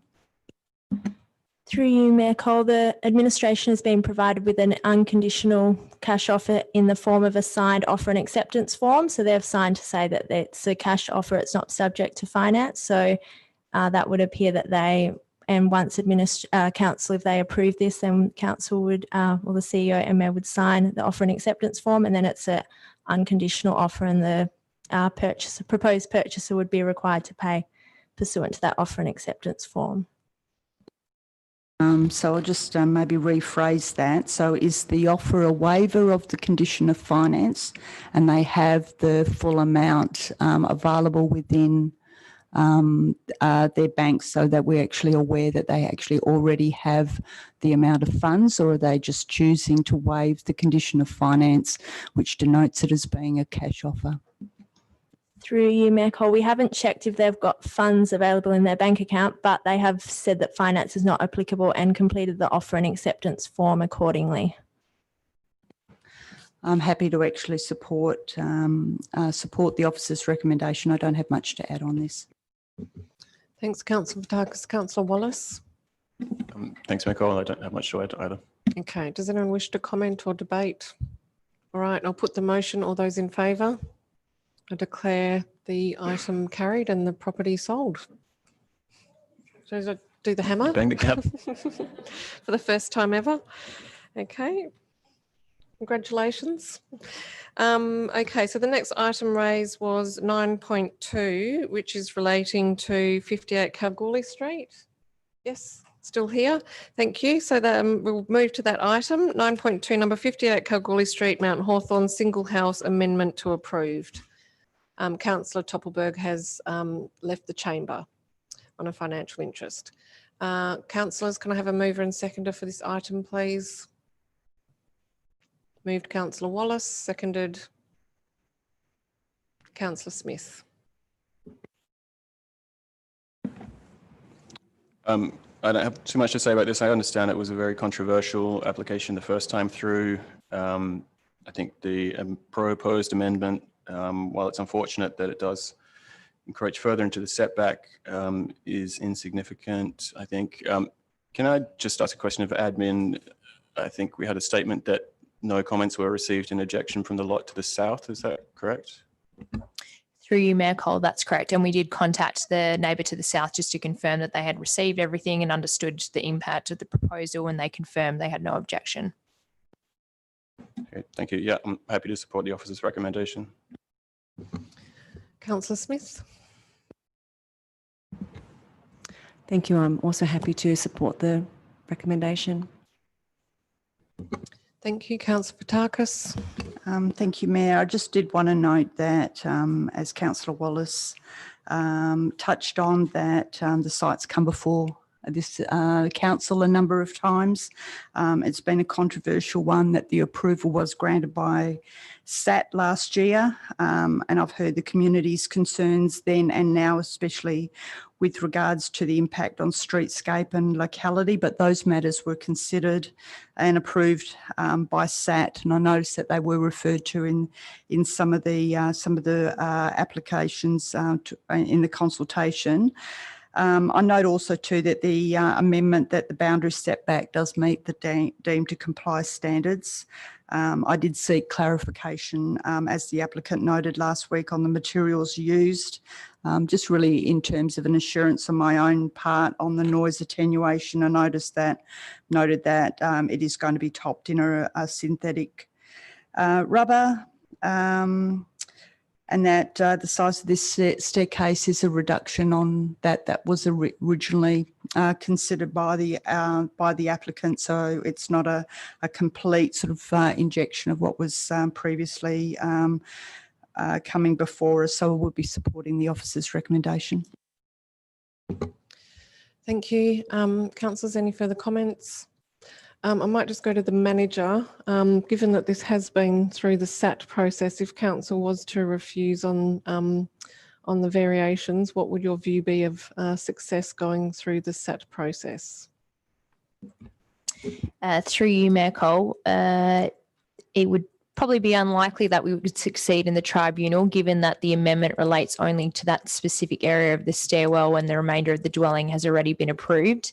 And as noted, there is a compliant rear setback and the only departure was to the south, and that neighbour has given their consent. Yes, I think that's really kind of it in a nutshell that that when council makes decisions, we always have to look at the variations before us. And I know that this development caused some angst for local community members in relation to the way it presented to the street, etc. And as Councillor Fotakis has talked about, those issues have been put to bed. The development is underway. Congratulations. I know that there was mention of being invited to a site meeting, which I didn't have an opportunity to take up, but I have been past the site to, as a local resident, I live in the area and I have seen the development underway. I think when we look at the variations, there's a 1% increase in overshadowing to the neighbour who hasn't provided an objection. And the overshadowing, when you look at it from a technical perspective, talks about 71.8, but in reality, this is a single house on a cohesive piece of land where the subdivision was undertaken many, many years ago, and the lot size is insufficient to meet the minimum lot size for an R30 development. So if you take the technicality of that away, the overshadowing equates to 28.2% over what is existing on that lot. The other variation was that the gate does open, but I note that the applicant has gone to deal with that through a self-closing gate. And the rear setback is compliant, and where there is a variation of 0.4 metres to the side boundary, that resident has effectively stated that they don't have an issue. So in terms of council not approving the addition of the stairwell, which I do understand will aid movement from the outdoor to the indoor, and wet areas versus carpeted areas, etc. I honestly don't believe that we would have a chance at the SAT at really a very, very, I don't even think a small chance, to be frank. I think that in looking at this, really, I feel that it's approvable, and that the issues that residents raise around this development are really more to do with the development approval, which has since moved forward. So I thank everyone for participating and for providing feedback and giving their presentations this evening, and I will support the officer recommendation. Any further comments? Okay, I'll put it. All those in favour? Declare that carried. We can invite Councillor Toppelberg back.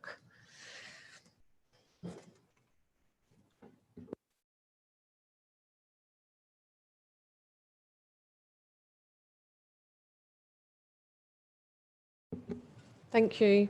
Can I just check, are you waiting on a particular item? Yeah, 8.4. 8.4.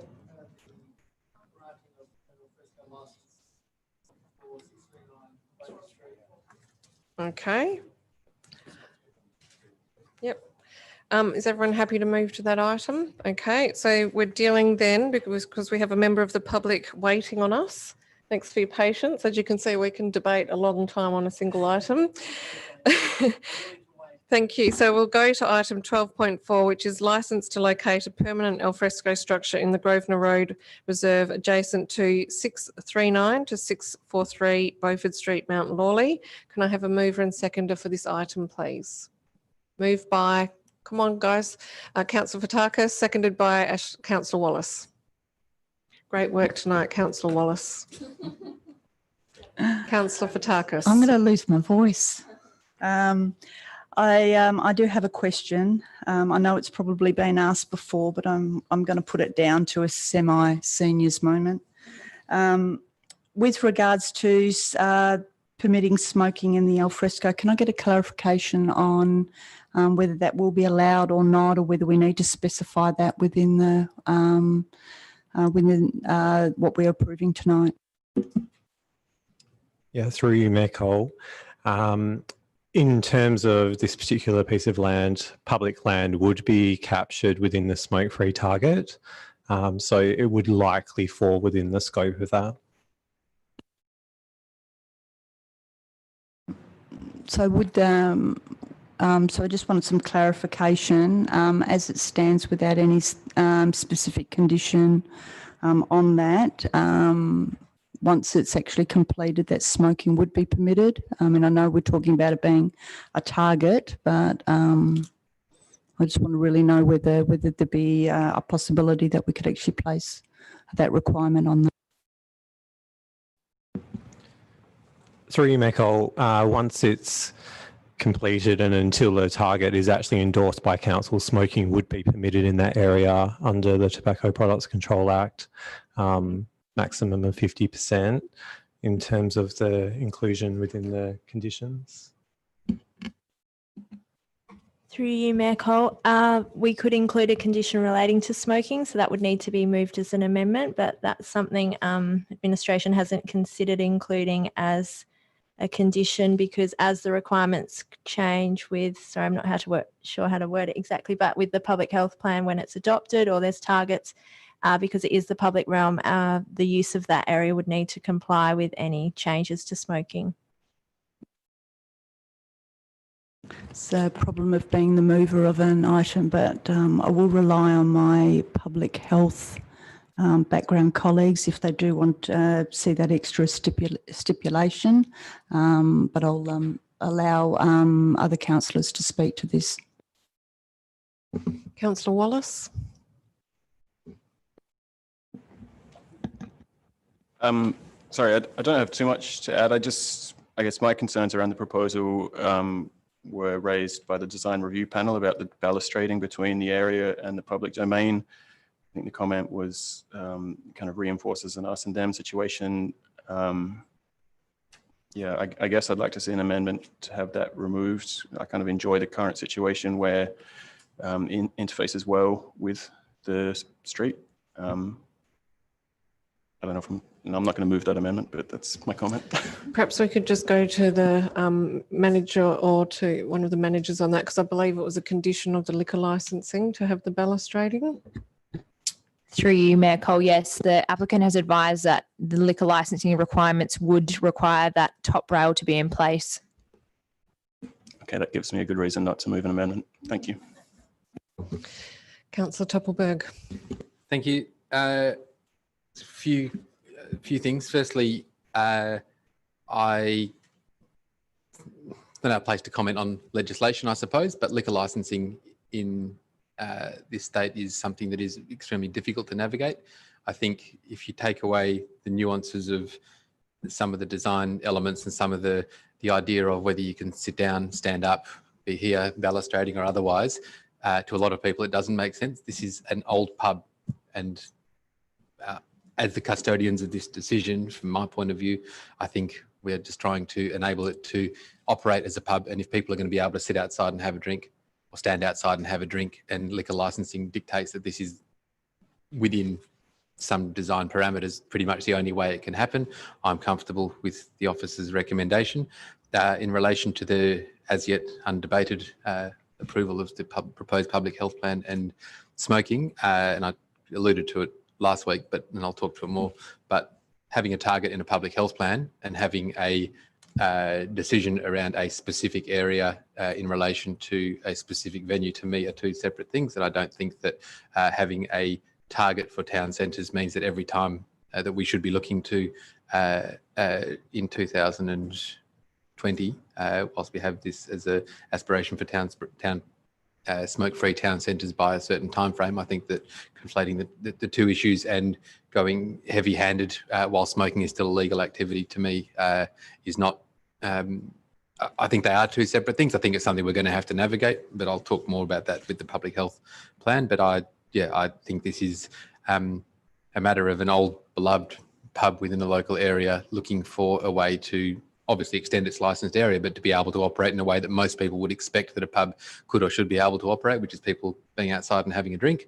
But the way that licensing is written, this is the process we have to go through. So I will support the officer recommendation. And I also note that the 5 years and the 5-year option means it's not something that's there forever, whilst it is a relatively lengthy period of time.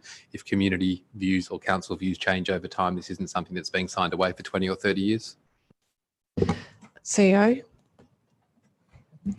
Through you, Mayor Cole, just to address the question or comment from Councillor Fotakis, the applicant was planning to serve food on the decking and wasn't proposing to have that as a smoking area.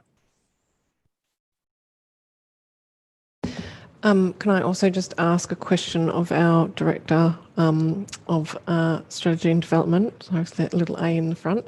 How is this different to our alfresco areas, and should this be part of the consideration when approving licensed leased areas? Licensed areas. Yeah, through you, Mayor Cole. In terms of the delineation between this and an alfresco area, if we're looking at this within the context of the smoke-free aspect and it being an eating area, smoking wouldn't be permitted anyway if there is food there. Thank you, councillors. Councillor Castle. Thank you, Mayor Cole. I just have a question. I asked a similar question last week around the exclusive use, and I just wanted some clarification on what this recommendation would allow. So there was some discussion about exclusive or non-exclusive use, and the applicant has indicated that non-exclusive use is acceptable, but that is defined as exclusive use during business hours only. So does that mean that while the pub is open, they are able to restrict access to this area for through traffic, and that they are not able to do that when the pub is closed? Is that, I just wanting clarification. Oh, perhaps I'm looking at an old version. Thank you, Councillor Hallett. Through you, Mayor Colt. So yes, we issued a replacement page today in respect to that to confirm that is non-exclusive use. So that's so Department of Planning, Lands and Heritage has confirmed that we need to provide the applicant needs to have only non-exclusive use. Okay, thank you. So basically the replacement now means that there is no time when the public would be restricted from access through the licensed area. Through you, Mayor Cole. Yes, that's correct. That's what will be included in the licence. Thank you. Councillors, Councillor Gonchevsky. I just have a question in relation to the proposition to install cafe blinds at the site. I believe that the report talked about that as cafe blinds would be considered minor nature development, that they would not require a development approval. And so therefore, I think that that was possibly in response to my question around how, if I wanted to put forward an amendment so that they could be prohibited, that wouldn't be possible because we wouldn't actually need to approve them in the first place.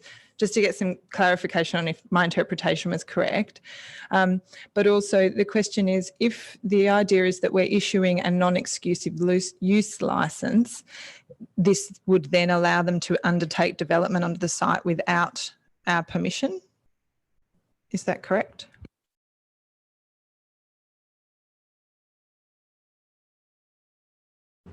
Through you, Mayor Cole. So yes, in answer to your first question, the update to the report in response to the briefing notes was that our view was the cafe blinds would be exempt from development approval because they're currently exempt under the minor nature development policy. In providing that response, we hadn't contemplated the tenure of the site. Through you, Mayor Cole. So in terms of any further or new development, if I understand correctly, on that site, it's still the city's land. So the city would still need to sign off on any development applications as the owner of the land, or depending on the nature of the development, it might be the Minister for Lands who would need to sign off on a development application. But isn't the idea that there is no development application required for minor work? So can I just get some clarification?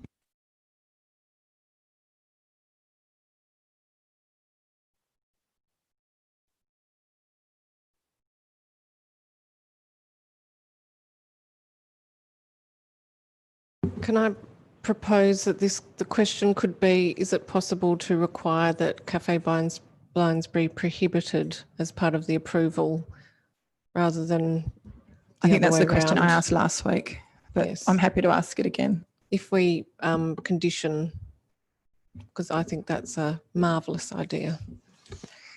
Through you, Mayor Cole. My only hesitation about that is that our current policy exempts that from a development requirement. So you would basically be varying that policy for this specific site. So it is open to council to vary the policy and prohibit it as part of the lease agreement, but I would hesitate to recommend that as an option. I guess my question is, where you have a license, not a lease, and you're not permitted exclusive use and you don't have the right of quiet enjoyment, how you can undertake any works, development or not, over and above what have been approved on the plans without seeking a change to your license if the license has been issued on the basis that the development that follows will be in alignment with the plans. I have raised previous questions around how we get this process right in terms of making sure that if council's role is to give the approval over the lease or license, that we also have some surety that that is going to be followed up with the plans in accordance with council's decision, even if we are not the decision maker on the plans. Otherwise, we may need to change the policy so that we are the decision maker on the plans as well. That's not a question. So my question following on from that is there a mechanism within this approval that we could add in I'm reading the plans. Add in a specific reference to requiring the amendment of the development plans, or that the license is as per amended development plans that need to be submitted. Through you, Mayor Cole, I'll firstly note that the permitted use in clause 1.4 is referring to the alfresco structure and does refer to the plans at attachment 3. And I think what was discussed at the briefing was about what level of changes could happen through the development process, and the manager might be able to better explain that. But basically, minor changes that don't change, I guess, the that sort of use of the land, that could occur through the development approval process. But any significant changes that could trigger, that basically are changing what we're saying, the permitted use of this licence area is right, because you're right, this is about the use of the land that would need to go back to council to approve a variation to the licence. Through you, Mayor Cole, the current plans don't show the blinds on there, and that condition does refer to the use of this in accordance with the plans in attachment 3. So you could draw the bow to say that what is shown on the plan is, for all intents and purposes, all that is permitted. But as has been pointed out, this license relates to the use of the land and not necessarily the development of the land. So the only way to address the no blinds is in making this decision. You could make comment somehow, we can get some advice on where to capture that on the development approval. You want it conditioned that cafe blinds are prohibited. Okay, thank you. Yeah, so yes, I'm happy. Can I ask a question through you, Mayor Cole?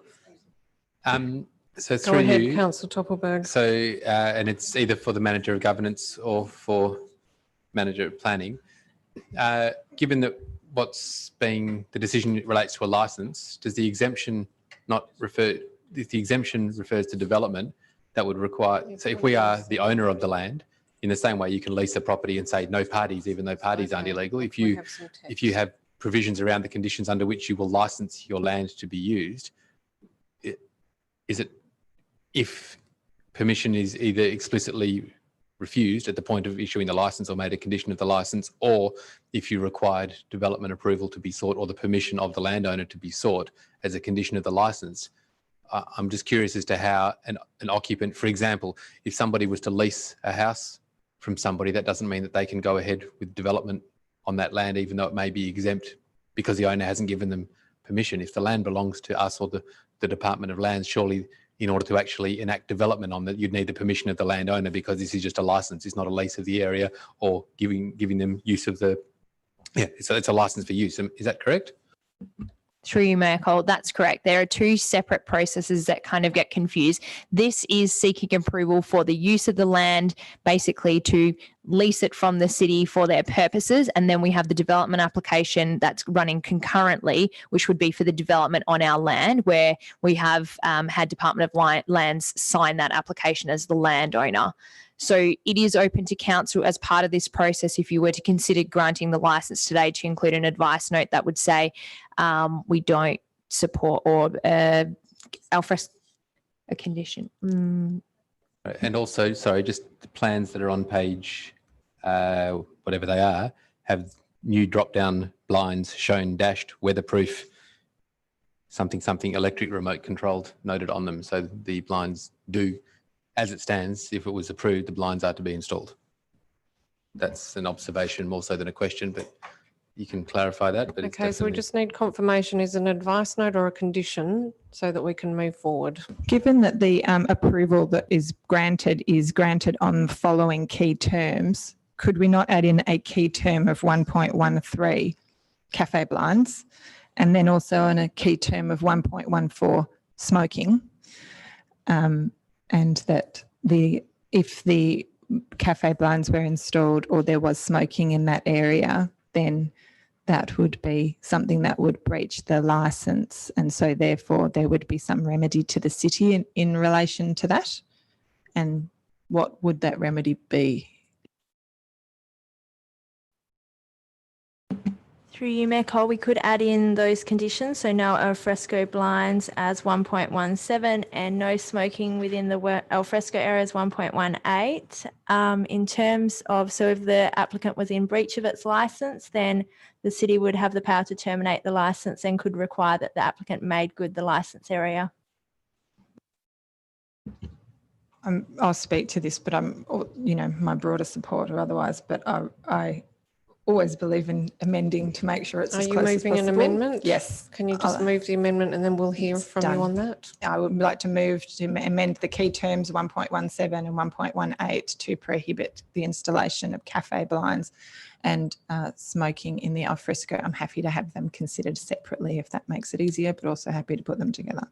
Point of clarification, would proposed condition 1.4 then need to say subject to the removal of cafe blinds from the plans because they are shown on the plans that are otherwise being approved in 1.4? I think that's splitting hairs, to be honest. Can I just get a seconder to the amendment, please? Seconded by Councillor Wallace, performing in a seconder role tonight. Thank you. Do you wish to speak to your amendment? I just want to say that I think my observation is that the site's very functional, given its orientation, as was noted with the DRP, without the need for cafe blinds, and that cafe blinds would reduce passive surveillance of the surrounding street and minimise interaction. I think I also have some concern in relation to the commentary from administration in that it, minor nature development wouldn't need approval, that we could potentially end up with a full enclosure of the space, as was Councillor Castle was asking questions in that last week. And on the smoking, I think that it's reasonable that an alfresco area is in alignment with our alfresco dining areas, and that is that it's not a smoking area, particularly if it is still to be part of that public thoroughfare. I would, very much like to see that included in this key terms. Thank you, Councillor Wallace. Yeah, I support the prohibition of the cafe blinds and smoking in the area. And thanks to Councillor Gondashewski for teasing that out. Thank you. Councillors? Look, I support in particular the cafe blinds. I think that the comments from the DRP and the balustrading go to that separation between the public domain and the licensed area. We've recently been advertising on development in public land, and we had a really good discussion with our town teams at the Economic Rebound subcommittee. Was that right? Was that at Economic Rebound? Yep. Economic Rebound Roundtable. And there was a lot of really good feedback and views about that separation between what would then seem to be private space versus public space. And I think one of the great things about the Scotto and the way that that alfresco operated is that you're literally walking past people sitting at tables and there wasn't a barrier between them. And I think that that flow out to the street overlooking Beaufort Street and Grosvenor is really important to that community feel and to bringing that vibrancy to the corner. So very happy to see this developed as a deck, but not keen to see any more separation through cafe blinds, given that we do need to have the balustrading. Are there any further comments? Okay, I'll put the amendment. All those in favour? Declare that carried. We're back to the substantive. Councillor Gontaszewski. Just one more question in relation to the balustrading. Through the commentary, it appears that the balustrading is supported by administration because it relates to the liquor licensing. Given that the area acted as an area where alcohol was served, as to Councillor Topelberg said, you know, a long-standing pub, what's the change here in terms of liquor licensing? My understanding was that originally a different type of liquor license was being sought, and that was why exclusive use was being sought, and the ability to have people stand in the area and consume alcohol, and that's why the area needed to have the balustrading. Now we're offering non-exclusive use seated with a different type of liquor license. Is balustrading required for that type of liquor licence, or is the advice that we've received in relation to liquor licensing that has said we have to have a balustrade, is that advice current with the current terms of the agreement?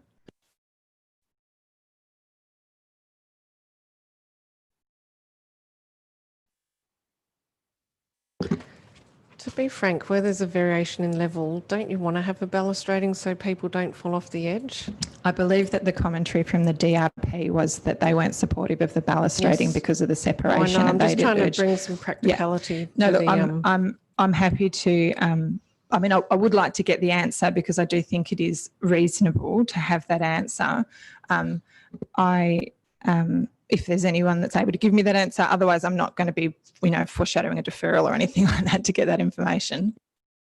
Through Mayor Cole, the applicant just advised that balustrading's occupational health and safety requirements so people don't fall off the decking because of the level separation. See, I believe that the design review panel didn't recommend having no edge to the development, that they were talking about the use of seating and planters to improve the engagement with the public realm and to improve public amenity. So it's not a question of occupational health and safety, it's the mechanism by which that is proposed to be being achieved. That said, I would just say about this. I want to say that I'm a local. I've frequented the Scotsman and previous iterations of that fine establishment for many years, and I absolutely reserve the right, should I be accepted, to go and have a cheeky beverage on a semi-regular basis.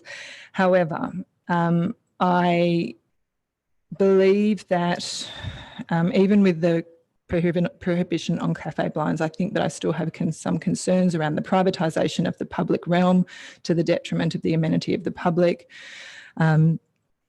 I think, as Mayor Cole said, this is an issue that's been raised by the town teams. Activation in itself does not a community make. We need to make sure that we're not just bringing people in, but we're getting people in to engage. And I think the other thing is probably my biggest concern in relation to the balustrading, and I understand it is a solution around the decking, is that it really does enclose the space and makes that public-private realm quite clear, and that I just don't really feel that for $3.5K a year we're getting really benefit for expanding the trading area for a private venture quite significantly, and that will be open for the vast majority of the day in a busy town centre. I note that the previous setup It didn't prevent the public from traversing the area with kids, dogs, strollers, etc. in tow. As I said, I've done that many times. And it also really ensured that the public had access to an awning for shelter and shade when needed. In their commentary in relation to the design, the DRP noted that there was a good informality to the current structure that is lost with the current proposal, as the balustrading closes off connection between the alfresco and the adjoining space, resulting in privatisation of the space.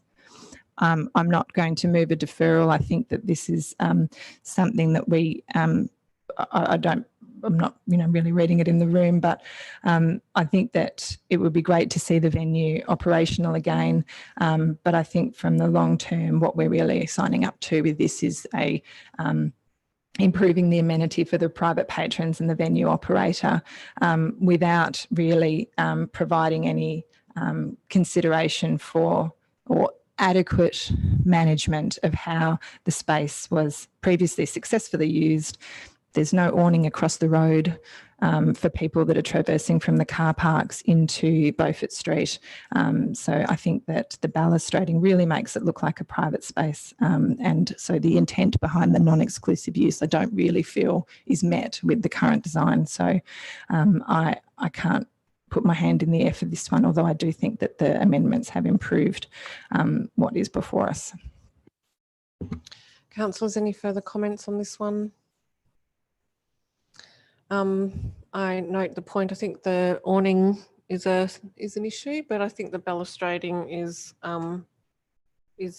just a balustrading. It's not solid. I think this will be a nice addition to the pub. I think people love sitting out on the deck, and will give some great energy to this corner, provided that we make sure we've put in place the no cafe blinds, but so provided this remains open and that people can interact as they walk past, I think this will make it an inviting space and really make a nice addition to this particular corner on Beaufort Street that really needs it. So I'm supportive. I do take the point about awning cover, but overall I think this is a nice addition to Beaufort Street and I welcome it.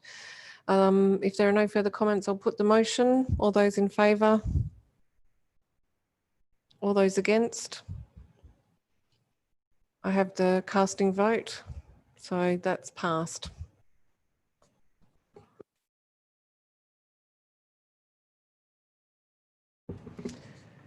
Hair of the what is the expression? I was going to say hair of the dog. That's wrong. Fine. By a hair's breadth. That's it. Thank you. Okay.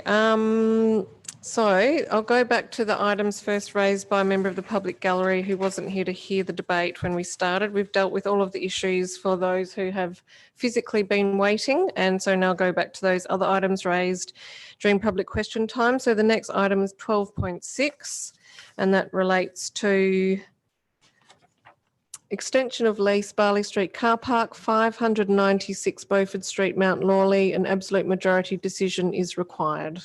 Can I have a mover and seconder, please? Move Councillor Gontaszewski, seconded Councillor Hallett. Thank you, Mayor Cole. I just have a question in relation to recommendation 5. In the recommendation, it talks that requires the city to consult with the owners in respect of the design of the park. I just wanted to clarify if by saying that we're talking about consult with the owners in the same manner that we would consult with all adjacent landowners, or if there has been any undertaking or there's any expectation that the landowners would have more input than other neighbours into what the park would look like. Through you, Mayor Cole. So when the owners discussed this proposal with us, they said they wanted to be consulted in respect to the design, and that's why we've included it. But as you've the question you've asked, there's no presumption that they'll have any more input than anyone else. It's just making it very clear to the owners that they will be part of that consultation process. Okay, thank you very much.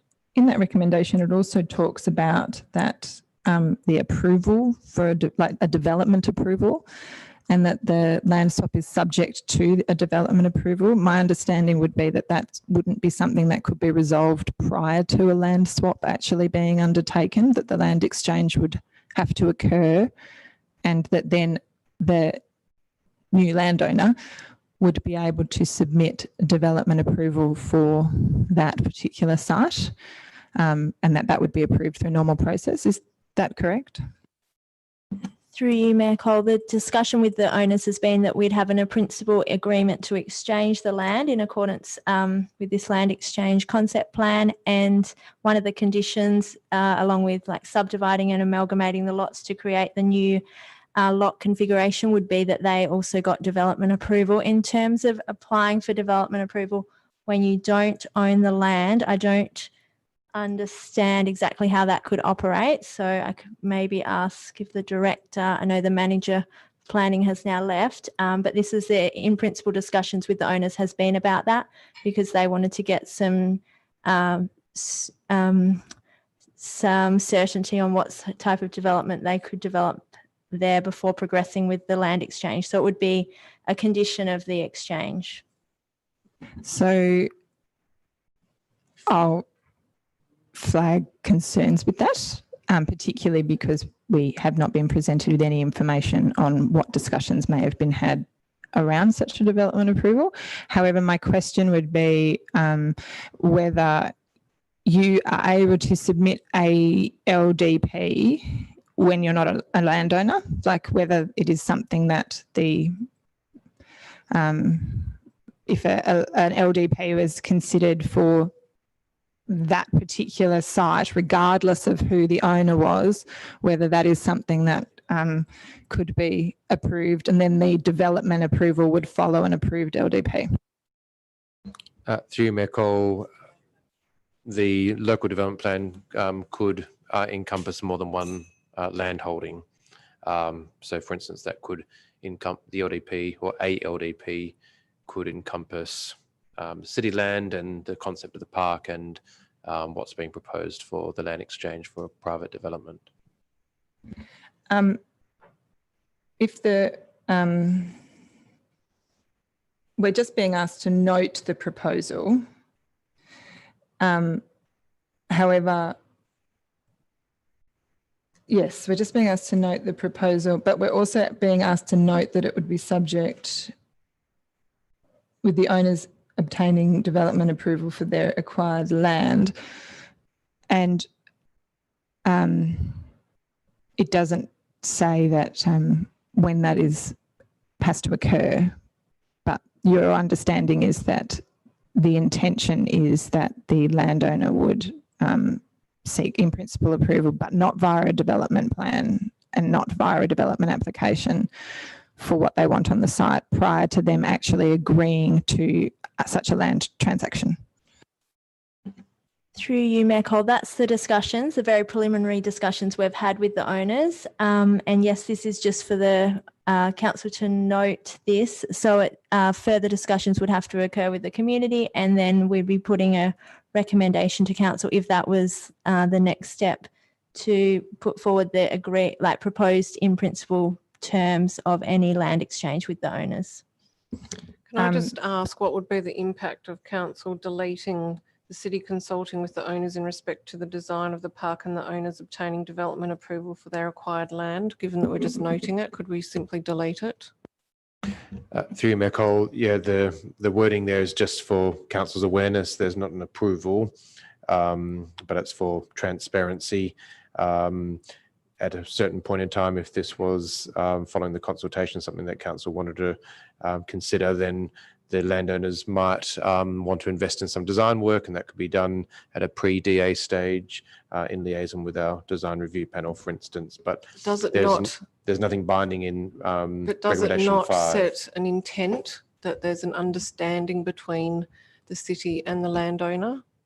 And should we perhaps avoid giving that intent if we are uncomfortable with it? Through you, Mayor Cole, there's nothing binding in Recommendation 5 on council. Well, surely there'd be nothing binding in removing it, or perhaps changing the wording to say, and of course my iPad has just died, but after the development approval in accordance with the planning framework or planning framework and associated processes, to make it quite clear that, thank you, Councillor Topelberg, to make it quite clear that it's not appropriate. Oh, thank you, CEO. I appreciate that. I've been trying to peer over the desk. Just in terms of moving forward, can we simply delete it? Because I'm just conscious of the time and we have many, many items to work through. Yep. Through you, Mayor Cole, do you mean to delete the whole clause 5? I'm talking about notes the proposal from the owners for an equal area land exchange, etc., noting that it would be subject to the city using the acquired land as a park, full stop. I'll move that amendment. Thank you. Is there a seconder? Seconded by Councillor Gondaszewski. Is there any debate? I'll put the amendment. Or you want to comment? Should we just leave in noting the proposal from the owners and then just delete the detail past that about? I think that the idea that it's public open space is integral to the proposal, but we have an amendment before us, so I'm just going to move forward with the amendment. If there's, if it fails, then we can have further changes. So are there any comments on this amendment? Okay, I'm going to put it. All those in favour? I declare the amendment carried. We're back to the substantive. Thank you. I was wanting to request on-site signage as part of any consultation in relation to this item. Just to confirm that I don't believe that was specifically referenced as being part of the consultation materials. If it was, I've missed it. Through you, Mayor Cole, on-site signage was required pursuant to Council's previous decision in April, and I'm pretty sure it's in the consultation section. It seems that there's a line missing in the consultation section. I'm very sorry. That's all right. But on that line, it said that we're having on-site signage. So yes, that would great. definitely be occurring. Okay.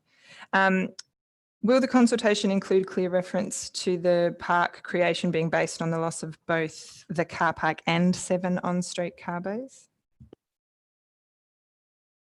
Through you, Mayor Cole, yes, we'd include in the consultation all impact on parking in that area.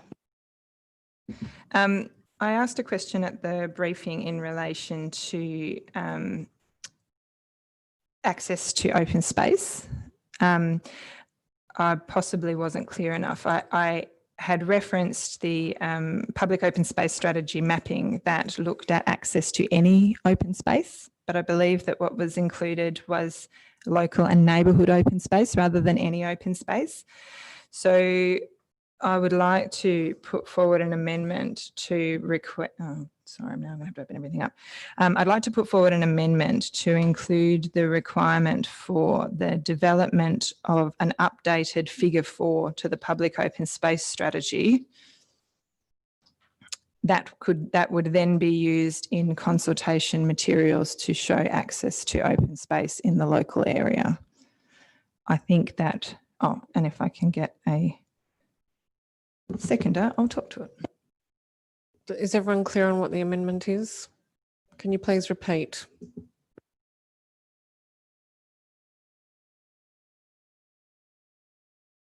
It is to insert a new item 7.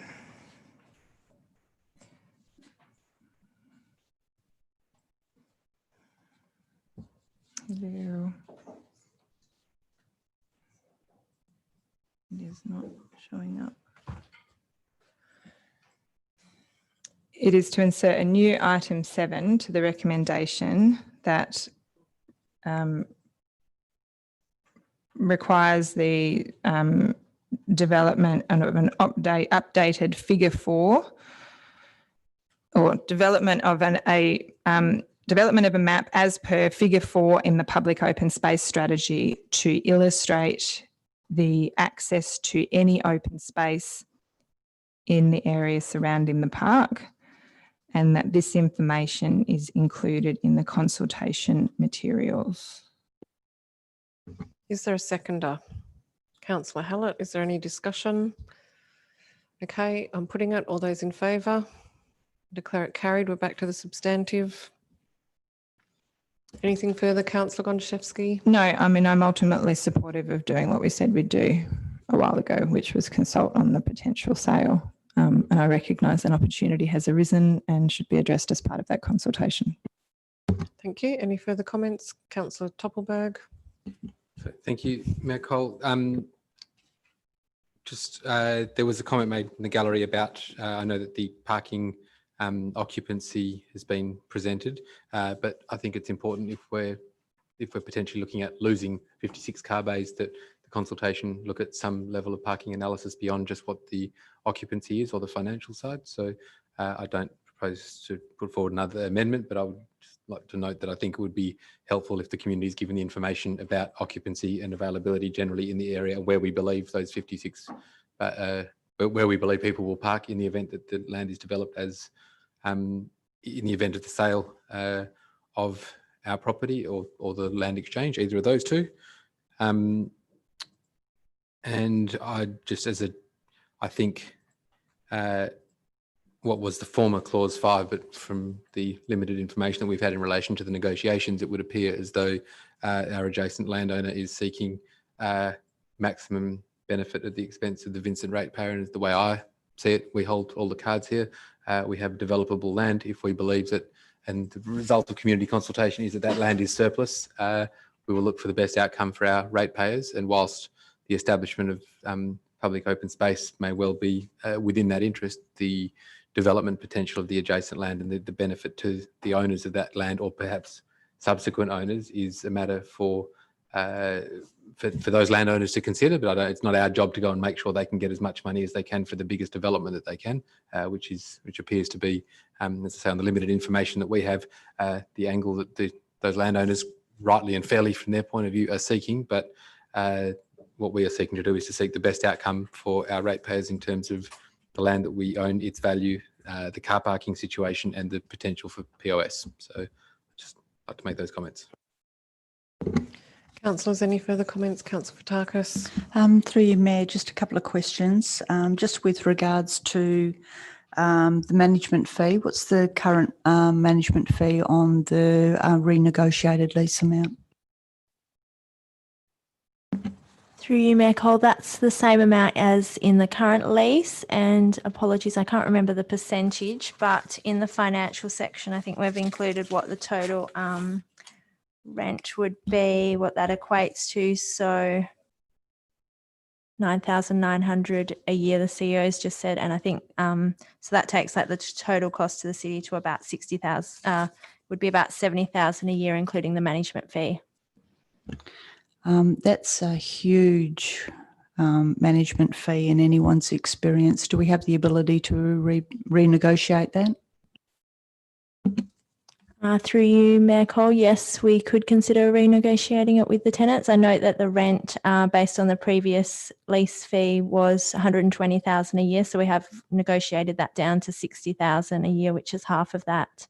And that was on the condition that the current management fee remains.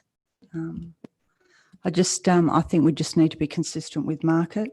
I also think we need to actually always look at, Councillor Toppelberg mentioned it before, we always mention it, that it's about the ratepayer getting value for money, and I'd like to really know what management that their assistance that they're providing for a car park. But I'll leave it at that. I'll leave you to negotiate that. Also wanted to reference in page 643 of evaluation report, looking at the potential income of those three lots is 160,000, 7,000 per annum, including outgoings, but I couldn't find a copy of the valuation report in any of the documents or a reference to it. So if it's somewhere in those documents, can you let me know where that valuation is?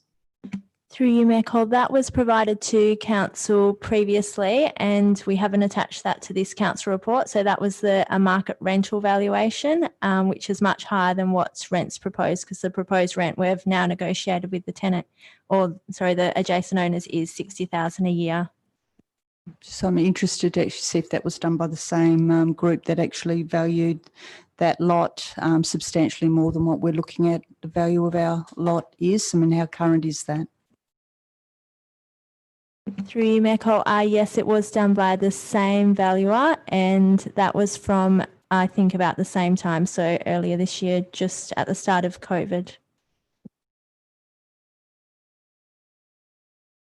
That's it, Mayor.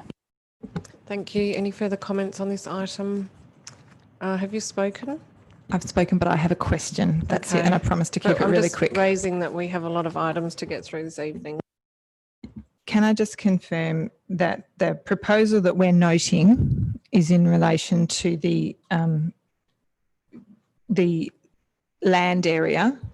The proposal that we're noting isn't a written submission that was put forward to the city or that the city obtained from the adjacent landowner that council has not been provided with. Is that correct? Because we can't really note something if we haven't seen it. Through you, Mayor Cole, no, this proposal from the owners is based on verbal conversations. So they've put nothing formal in writing. It's just discussions we've had with them. Raises a good question though. Should we be consulting on something where we've only had verbal discussions, and will that be firmed up prior to consulting with the community and raising expectations? Through you, Mayor Cole, we'd probably expect the adjacent landowner to formally participate in that consultation and make a submission. Councillors, any further comments? Councillor Wallace. Just briefly, I just kind of wanted to note my reservations about making a reserve at this particular location and the format of the consultation. Will we be kind of suggesting any creation of any alternative POS spaces if we were to proceed with the sale of this lot, but not create a reserve right there? Sorry, is that clear? Through you, Mayor Cole, the previous decision of council would be for any sales revenue to go into one of the city reserves, the creation of a public open space reserve for future park creation. And for instance, there is another item on the council's agenda tonight around a park development. Would that be clear in the consultation that there's other options for the creation of public open space other than this particular lot due to the sale of this lot or potential sale of this lot? Through you, Mayor Cole, through this process, we wouldn't have council endorsement to identify what those alternatives could be other than what's been identified by previous council decisions or flagged in the public open space strategy. But part of the consultation, as has been flagged in I discussions just with Mayor ask Cole, for about the council members opportunity to cost. signal to me when they're asking a question. I've just got to try to keep the meeting moving. So just please, I'm not normally a rule master, but this is a long meeting. Go ahead. Thank you, Mayor Cole.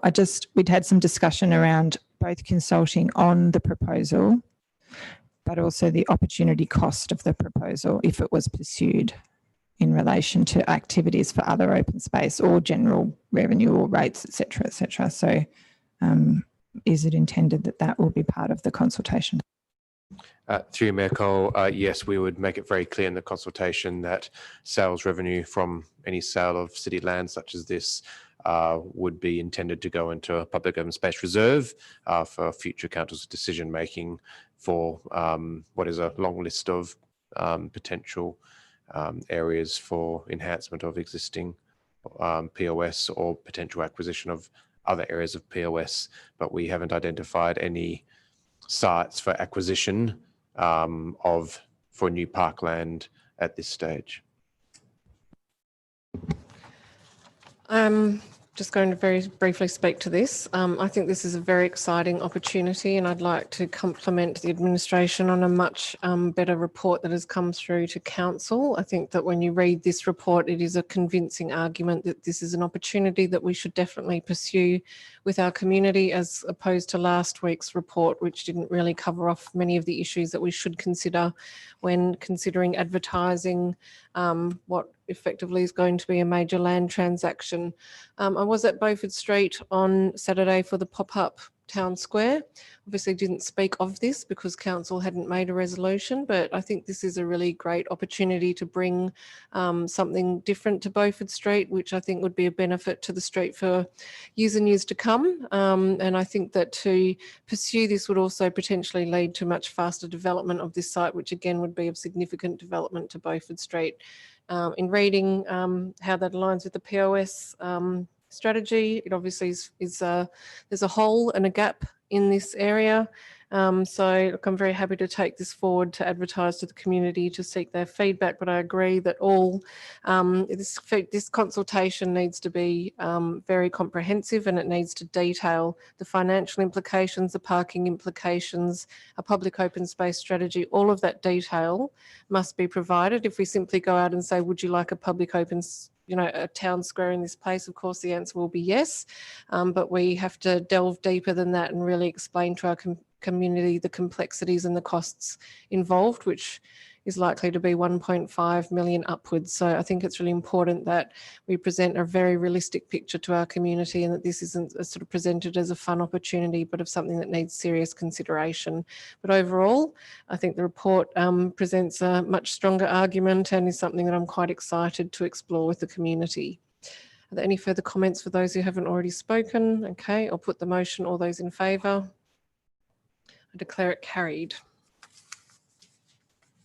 Okay, the next item raised was 9.4 Public Health Plan 2020 to 25 outcome of public consultation. Can I have a mover and seconder, please? Move Councillor Hallett, seconded Councillor Gontszewski. Just a couple of questions first. There was a comment from the public gallery about people making submissions but weren't informed of the agenda. If we could just get a response to that. Through you, Mayor Cole, I'll need to look into that after this meeting, but in accordance with our policies and procedures and what is best practice, I see that that particular person was notified yesterday, which is, I presume, is a bit late, but that's all that I can answer at this stage. Can I also ask what the process from here and timeline is for reviewing against the outcomes of the plan? Through you, Mayor Cole, so this, in terms of the review of the plan, that would be reported back to council on an annual basis in terms of the evaluation, but the plan would also be reported to council as part of the CBP 26 strategic projects quarterly. Great, thank you. I won't speak extensively on this. I'm happy to support the public health plan as reported to us. It's been a big body of work for the officers, and so congratulations to them for their work on this. It's a big change from the Healthy Vincent policy that we have, which is only a couple of pages. So obviously this is something that's required by the state government for local governments to do. We could have done it as a tick the box exercise, but that's not the Vincent way. So I think it's great that we've been able to continue to show leadership in a range of areas across public health priorities, both in terms of health behaviours, but also in particularly built environment and natural environment impacts on human health. So looking forward to, I guess, seeing how it gets rolled out, and obviously there's always areas that we can adjust, and I think some of the things, particularly the smoking target, will be well discussed as that is implemented. So thank you. Thank you, Councillor Hallett. Councillor Gontszewski. I just want to note, echo Councillor Hallett's comments in relation to the development of this plan. I'm also very happy to see that there's been areas around civic leadership within the document, and also incorporation of public health impact assessments within our decision making. There are probably a couple of things that maybe don't get as much press, but I think ultimately will lead to positive outcomes for Vincent community. Any further comments, Councillor Fotakis? I just wanted to say thank you to the team. What I like about the plan is noting that it's a bit of a change in the way that we approach public health. I think the world now recognises the importance of public health, and at a local government level, it's never really been an exciting part of what we do. And I think there's been a bit of a narrow understanding about the focus more on the environmental health aspect. And I think we've seen our team really rise to the COVID challenge. So I just haven't given thanks before, so I did want to say thank you to that. But I think this plan reimagines the way that we look about look at public health.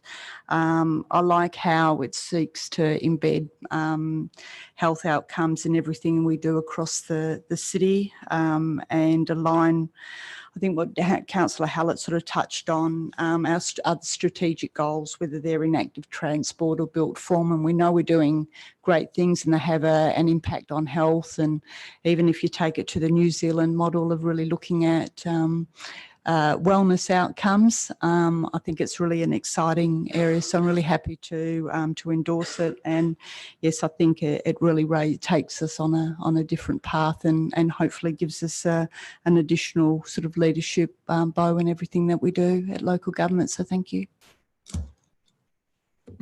Any further comments? Okay, I'll put the motion. Oh, sorry, Councillor Smith. No, you go ahead. Sorry. Thank you, through you, Mayor Cole. I just wanted to, again, congratulate you for the outcomes here. It's been, I actually found the community feedback really interesting on it, and just wanted to make a comment, which I know we have discussed. It would be great to get more community feedback, and through the Image Vincent site, it would be, I suppose putting up such detailed documents to try and get good quality feedback is difficult because, of course, you know, we do get a bit of fatigue reading these documents from time to time. It would be great to be able to offer a condensed version so we could get more feedback, because I do note that the feedback we do get is very worthwhile, and that you have made adjustments in the document, which is great. So it would be good to see moving forward if we could do something like that. But it's wonderful. I congratulate you and I'm fully supportive of it. Thank you, Councillor Smith. I'll put the motion. All those in favour? Declare the public health plan carried. Well done, Manager, Acting Director.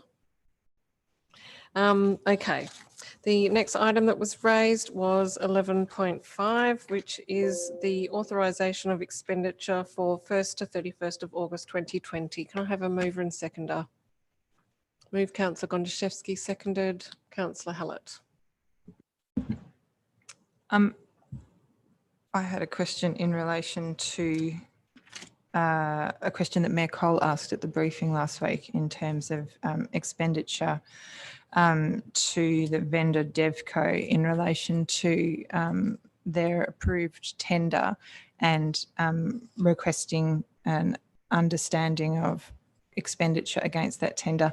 And over the previous years, that information wasn't provided in the briefing notes in any detail. And I was just wondering if I can get some clarity in that question now. So through you, Nicole, I believe the question was, I was just trying to look for it in the notes there, but I couldn't find it, but it was about whether the expenditure was in line with the contract that Devco have, which is for buildings maintenance. And I think that was the question. I think the answer we gave was yes, but also made the point that outside of the maintenance contract, Devco bid and win some additional works. So the payments are not just that you see for Devco are not just for the maintenance contract, but they are for other works they win. So I know, for example, they were successful in getting the contract to do the change rooms at the Loftus Centre, and you know that was quite a bit of additional work and expenditure that they gained from us. Just a question, perhaps to, I don't know, executive manager of governance, or perhaps to the executive director of community and business services.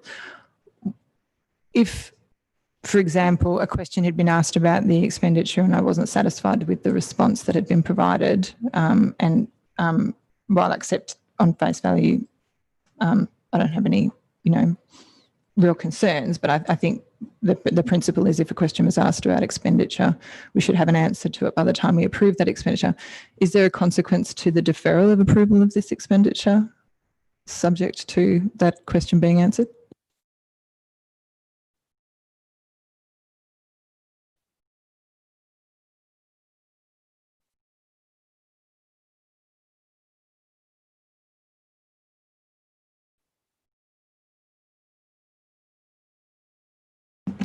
Through you, Mayor Cole. So under the Local Government Act, I believe financial statements must be signed off or statements of expenditure within 3 months.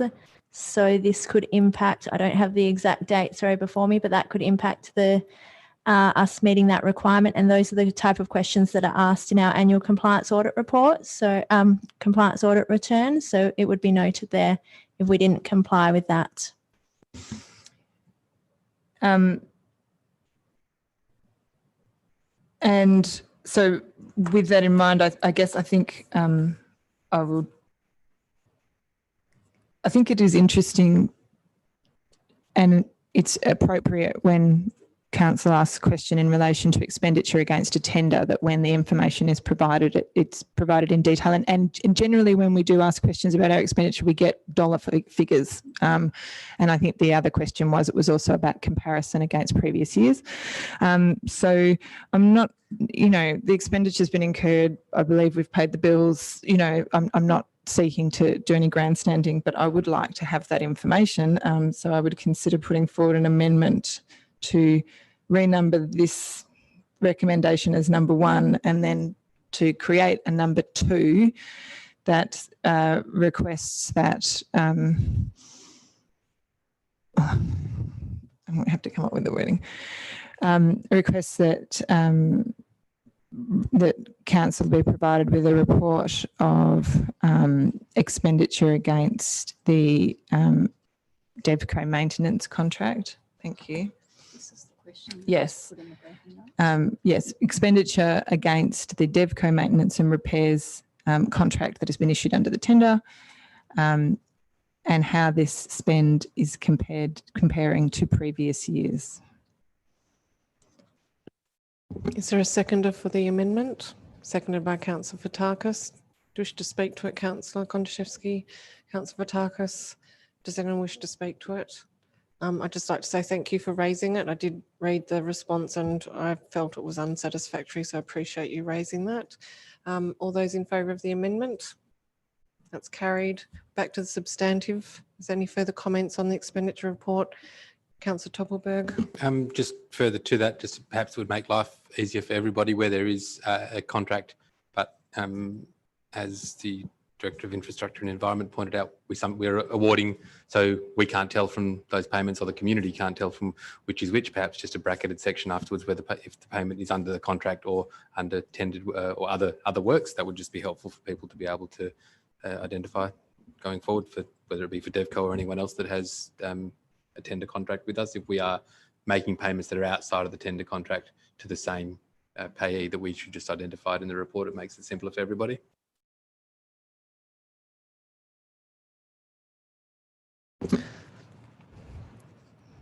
Yes, so just as an example, we pay different tree contractors to cut trees in different locations every month, and I always have to go back and remember which one is actually our contracted one and which one might be in response to an incident or specific arboricultural request or otherwise. So if we have if we're paying 3 different tree loppers in any given time, it'd be good to know what's part of the contract and what is outside of our regular contracted works.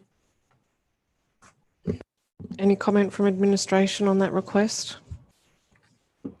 You want to take it? So through you, McCall, I think we can break it down, but just to note that I think under that payment for the last period, there were 68 separate items for DevCo. Some, relating to a few $100s for maintenance and obviously some bigger ones. So it depends how much the council would like it broken down. I mean, I'd have to go through it to work out which one's the contract, but it can be done. That's the answer, but it's how much detail the council would like. And that's just for one payment month. I'm appreciating that, but I think just if I can respond to that, that's kind of the point. So what we see is DevCo builders twice. One's 25,000, one's 32. Is one of those under the contract? Is it other tendered work? Is it half? Well, we don't need to see every line item, but if we know that we're paying them in any given month, or anybody, $50,000 as part of their tendered works, and the balance of it is not, we could be good to have it split in that way. And I think the fact that, as you say, there's 68 separate payments to the one company is probably the point of the query from council. Okay, I think we have acceptance. Thank you. Are there any further questions on the expenditure report? Okay, I'll put it. All those in favour? I declare that carried. Thank you. That takes us to item 9.7, which is the Accessible City Strategy. Could I have a mover and seconder for this item, please? Councillor Hallett moved, seconded Councillor Gontaszewski.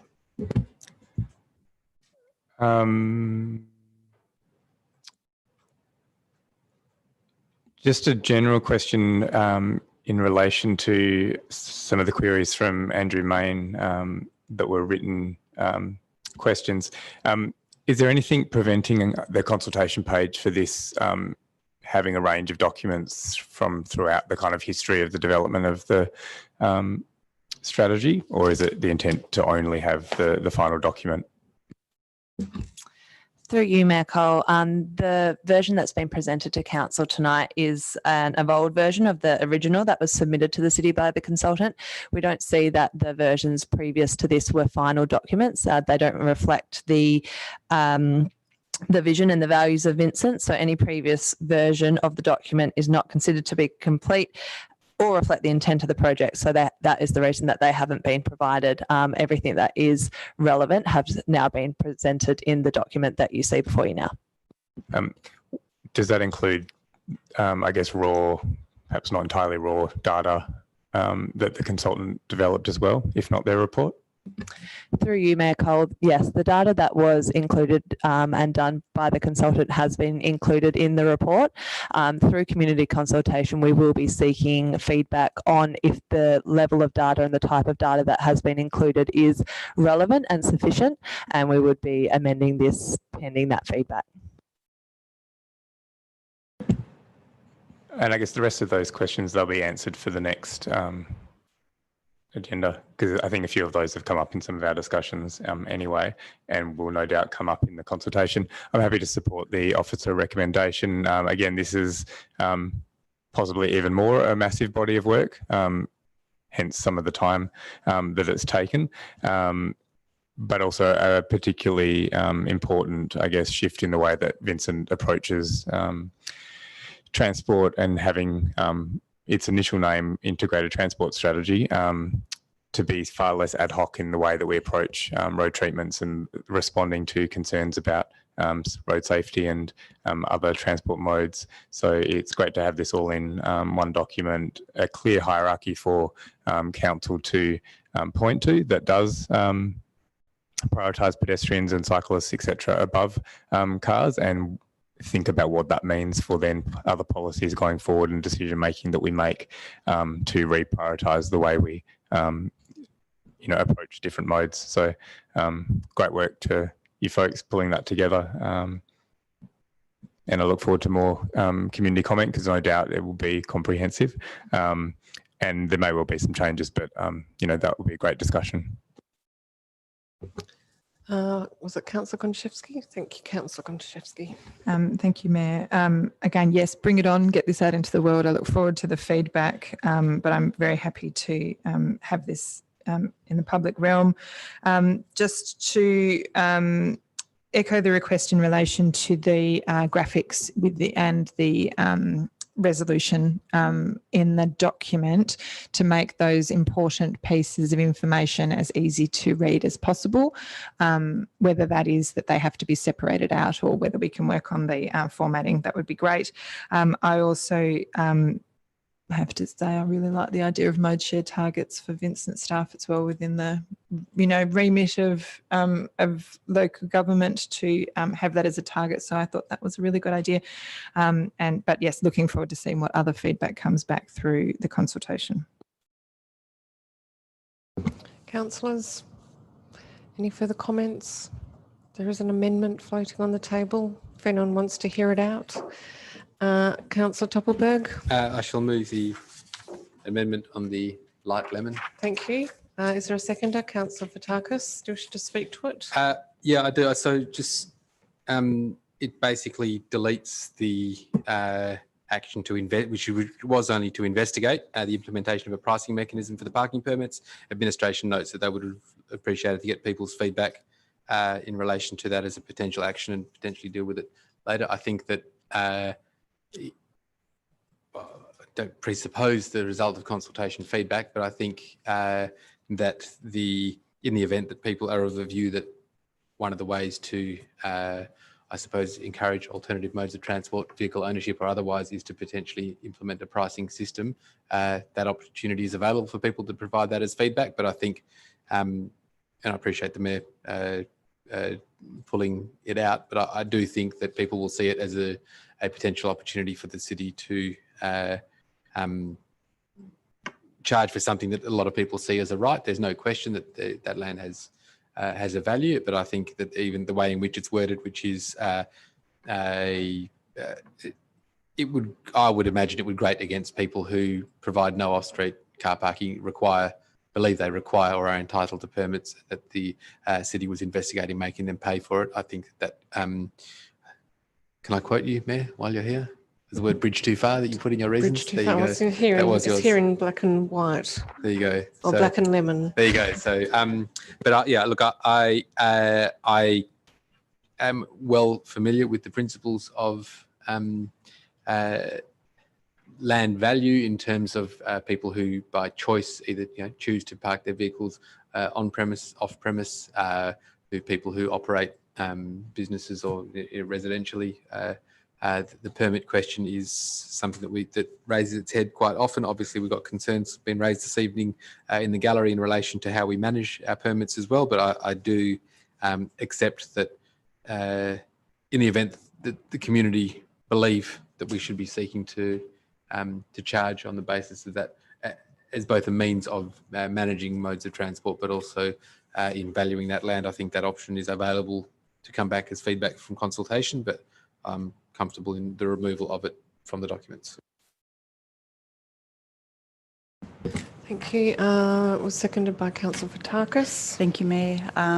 Yeah, I'd agree with you that it's just a little bit too, well, maybe not a little bit, because I think we've seen the way that our community really take exception to some of the changes that are put in place, and I think we do have to think about the transition, that pathway that we need to take people down, and rather than getting the community's focus on some of these really intense issues too soon when there's a lot of other work to be done. So I'm happy to see it removed at this time.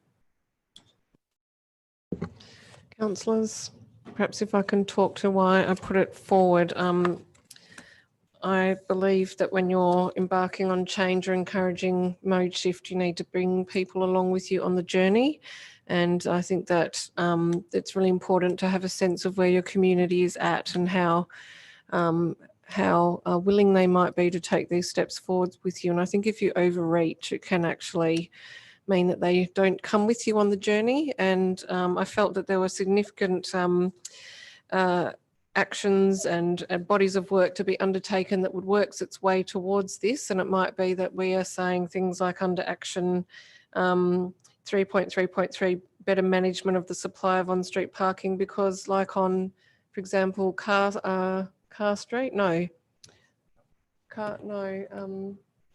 Nari's area. Was it Car Street? I think it's Car Street, isn't it? Yeah, it is Car Street.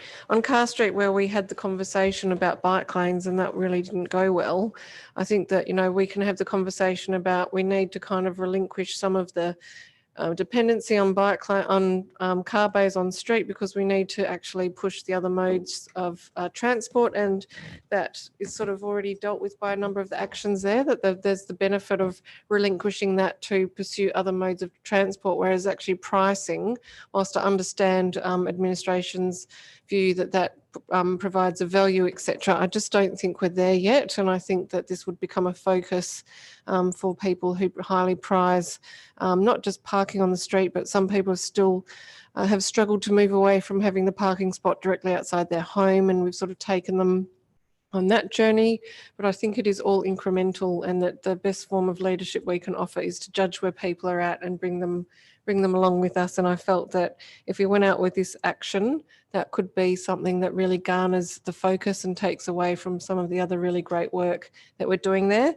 And also when you look under the review section, this is a policy that is going to be reviewed regularly, that it notes that there will be changes, that there'll be review of the actions, etc. And I think that once we get to that point and you can feel that that momentum is building, that you could introduce this to have a sort of robust discussion. I think at this point it probably wouldn't be a robust discussion, it would be quite an alarmed reaction. So progress in a pragmatic way is what I'm really arguing for here.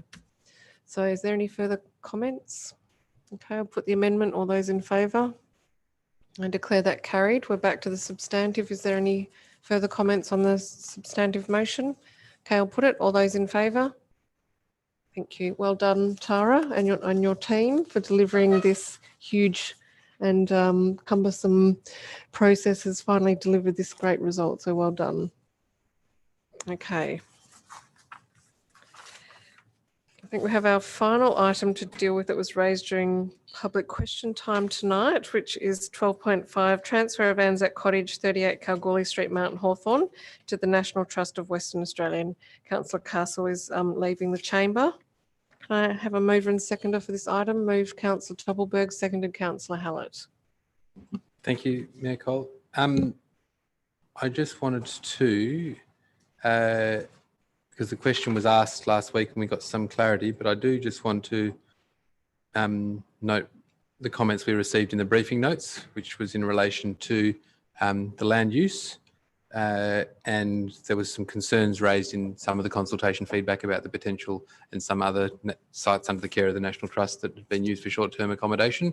So whilst I'm extremely pleased that there's support of both the veterans and the Friends of Anzac Cottage and there's general community support, and there's no question of the work the National Trust do, I did just want to, because the question was asked in public, taken on notice, but wasn't actually made public as far as the information goes. So if you bear with me, I'll just quickly read. The property is zoned residential and single house is a permitted use and would not require any planning approval should this be altered. Blah, blah, blah. The National Trust confirmed the status quo will be maintained in the short term. In the long term, other options such as short stay accommodation could be considered, but would be discussed with the city, in brackets council, prior to any formal application being made. I note there would be no need for formal application because it's a permitted use. So I just, whilst it's not the intent, I just did want to flag that the question was raised by this council prior to handing the property over to the National Trust, and the National Trust has given an indication that they understand that that is an option available to them in the future. So I don't want anyone in 2, 3, 5, 10 years to turn around and say, how did you do this? You did not know.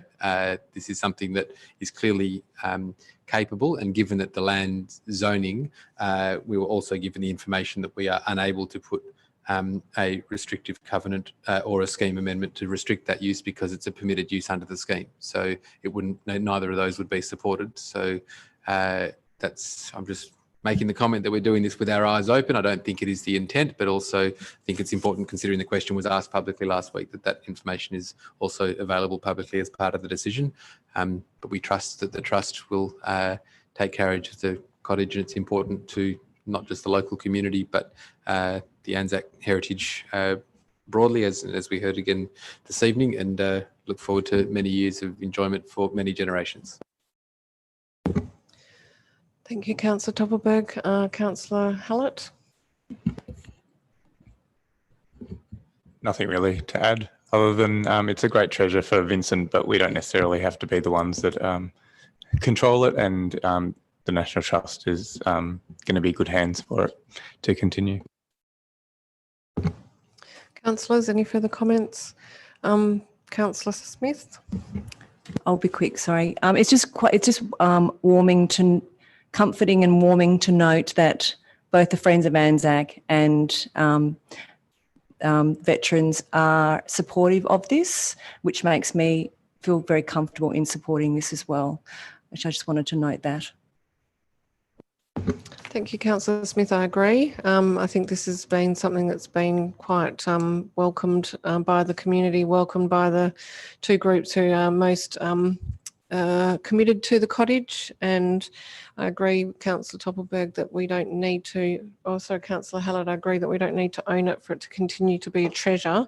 And I think that as this cottage has been redeveloped, it's been handed upwards in terms of its legacy. It's been handed to us by the Vietnam veterans under quite strict terms, an extremely long lasting lease with a caveat on the title, a deed rather. So it's been handed upwards to us to be the custodians, and now we're handing it upwards to the National Trust. And I think this is an important journey for the cottage, because over time I think its importance and uniqueness is really being noticed beyond Mount Hawthorn through the metropolitan area, but it really is of national significance as an Anzac monument, and it's fantastic that it's in our neighbourhood. And I think the assurances from National Trust that they will continue to ensure that the cottage remains open for those remembrance events, for open days, that the connection to the school will continue, and that they will continue to hold roles there for the Friends of Anzac Cottage and for the Vietnam veterans. Really, it's a great outcome. So very happy to support this and to continue to visit Anzac Cottage. Are there any further comments? Councillor Fotakis. I just want to know whether they're going to intend to remove the squeak out of the flagpole, or we'll get to enjoy that squeaky sound every time they raise and lower the flag. But I'm happy to support this. It's part of the heritage, I think. All right, I'll put the motion. All those in favour? And declare that carried. We can welcome Councillor Castle back. Okay, we have finalised items raised in the public gallery by 9:10 p.m. and we will now move through the remaining items in numerical order. So that takes us to 9.5, adoption of amendments to the mobile food vendor policy and consideration of a commercial kiosk proposal at Hyde Park. Moved by Councillor Toppelberg, seconded by Councillor Gontaszewski. Thank you. I didn't say, well, last week I fumbled over my words. I'm going to do it again today. But in short, I think that, and I remember when this first came as a trial about mobile food vendors, I think that I waver in my feelings towards them generally, and their place in Vincent, and I think that I'm certainly cognizant of the fact that in 2020, more so than many other businesses, they have been annihilated by the lack of events, generally speaking. If you're someone who owns and operates a business that relies on pulling your van up to somewhere to be able to service, that's both the corporate and event market have pretty much disappeared this year. So I'm very cognizant of that. But I think the guise of activation or need in a number of these locations is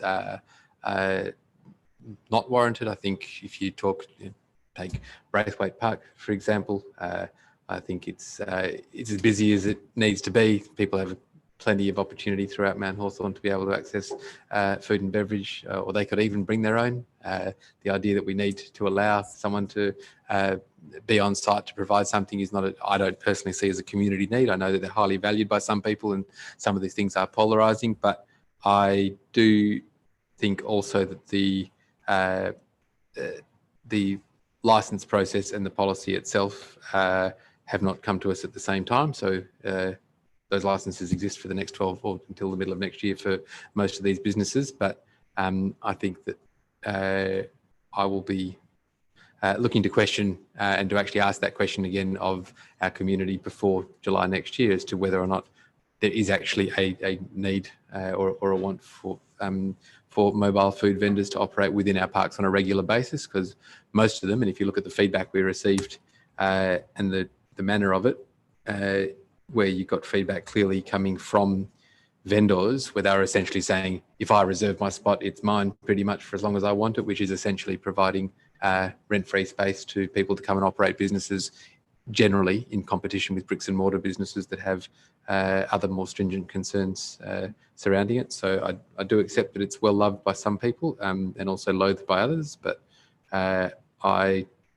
personally struggle to see the value and the need for mobile vendors, particularly with the little level of control that we have over the way in which they appear and operate within those parks. Councillor Gontaszewski. I'd just like to say that I'm very pleased that item 4 is in this agenda. This has been something that's been hanging around for a long time. I think the way forward in relation to testing the community's views and then being, depending on the outcome of that, being able to test the market before committing to any expenditure is a really sound approach. So I think that I hope that I'm sure it will lead to a positive outcome. Councillors, any further comments? Okay, I'll put it. All those in favour? I declare it carried.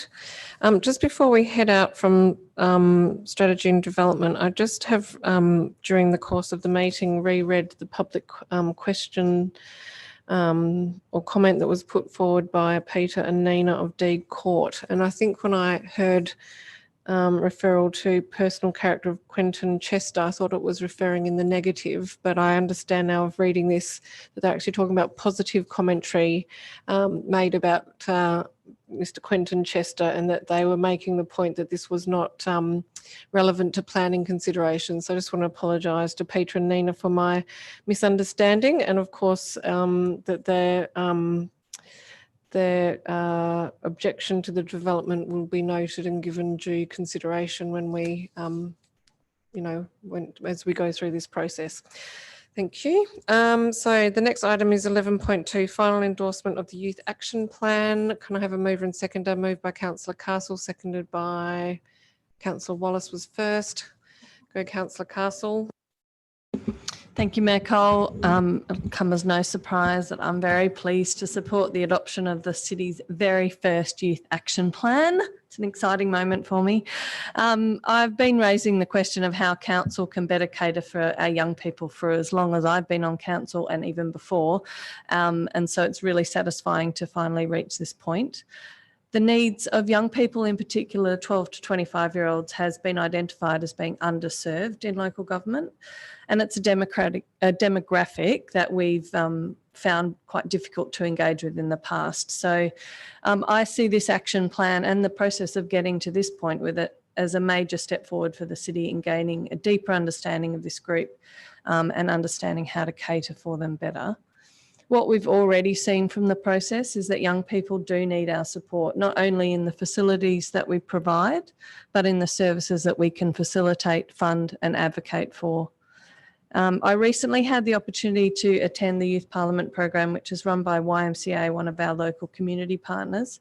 And that's a program for 15 to 25-year-olds where young people from around the state draft and debate legislation and speak on issues that they're passionate about.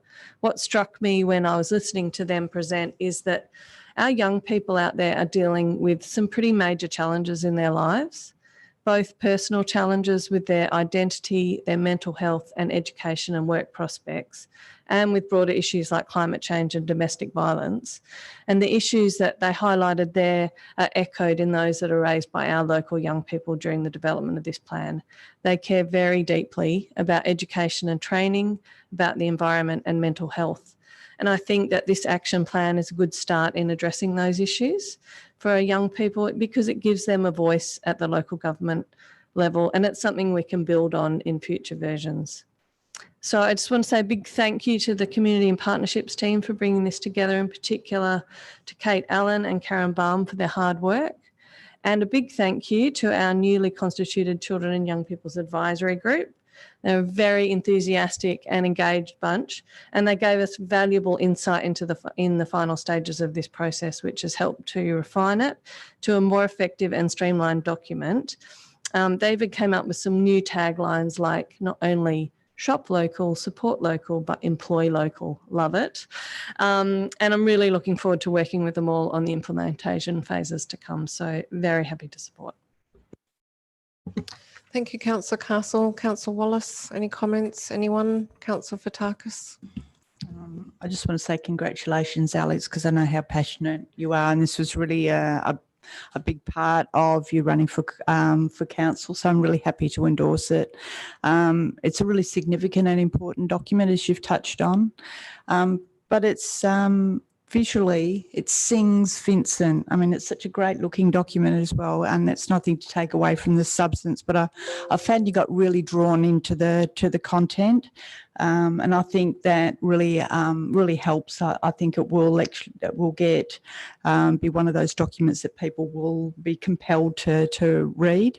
And I think it's so important that we ensure we not only showcase and celebrate young people in our community, but we do give ways to support them and empower our youth and ensure that we have their consideration and involvement throughout everything we do. So really well done to yourself and the action group and our team here at City of Vincent. Thank you. Yes, I do recall, Councillor Castle, this was your councillor budget submission, so it's always a very rewarding thing to see with your partner in crime, Susan Gonchevsky.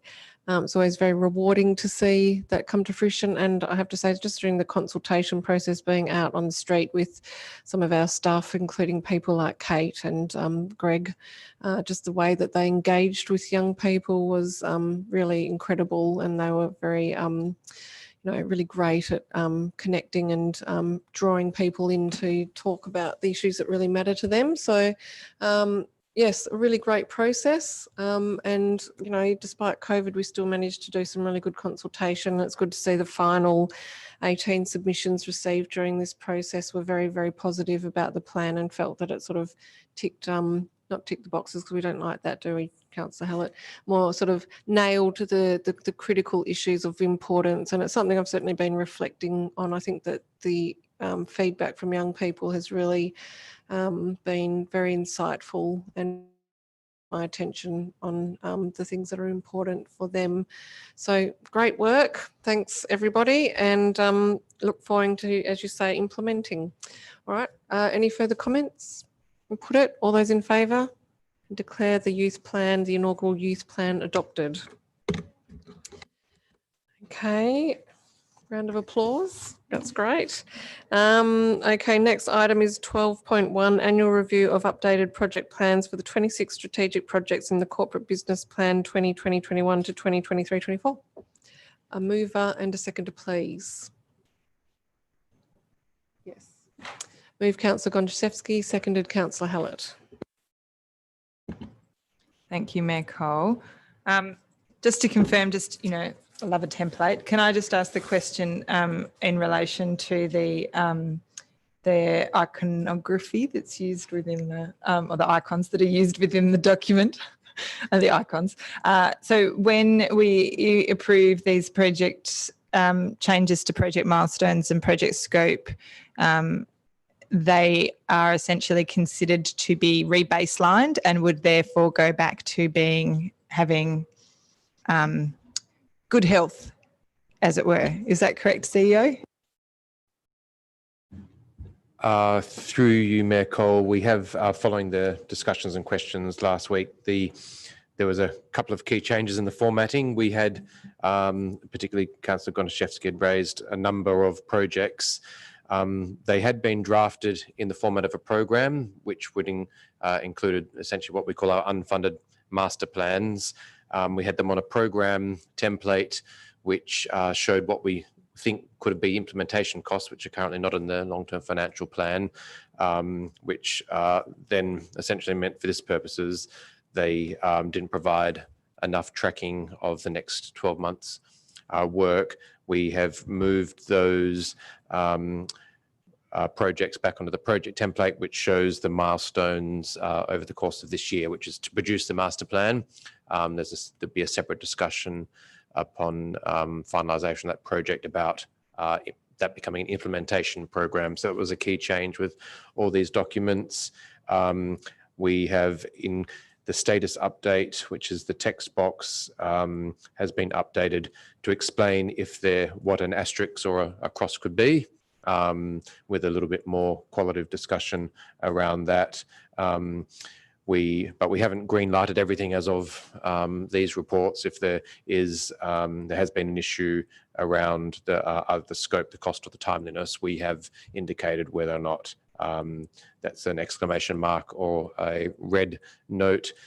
probably based on how long it's been on the corporate business plan. Some of these things have been on the corporate business plan for many years. So there's a bit of subjectivity in there, but we're hoping that the status update, the reformatting onto the project on a page template for some of those master plans provides sufficient detail about the work program for the next 12 months.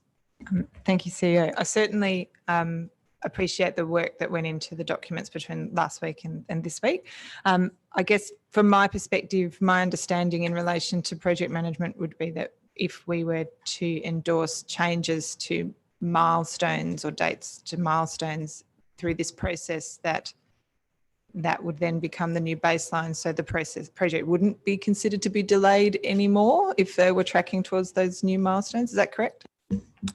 Through you, Mayor Cole, once we make, for instance, if there was something which was behind or missing deadlines or behind time or overdue, or an explanation around that, we're not just going to green light it until it's essentially back on track. The key point on the scope as of these current versions would be that we would come back to council if there was going to be any significant change on those, the scope, the budget, or the timing, and we'll do that in particular through the quarterly updates to council on the corporate business plan and these major projects. I just have 3 questions and then a general statement and then an amendment. Lucky me. Just the wayfinding strategy listed for 2021/22. I just I really appreciate that you prepared us for what was coming. Question 1. Thank you, Michael. The wayfinding strategy is listed for 2021/22, and this aligns with the CBP. In terms of budget, there's 120K this year, but no budget next year. Does the current project plan mean that we're going to just carry forward any unspent portion of that 120 and that will flow forward into next year? And just confirmation that that the 120 budget is currently to cover all activities within that program. Like, that's my understanding. It's not for the full implementation of the outcomes of the wayfinding strategy. It's for the preparation of the wayfinding strategy and phase 1. But there is, based on the milestones, there will probably be some expenditure next year, but that will come from carry forwards from this year. Is that correct? Through Mayor Cole, I don't think we've got our relevant project expert on that project to answer that question, that amount of detail, but we can certainly provide that information tomorrow in writing once we've confirmed what that 120 means over this financial year and next financial year. Yeah, okay, I guess, yep, that's fine. The Arts Relief Project, the entry statement artwork doesn't currently have a budget assigned to it. How does this work with the current EOI?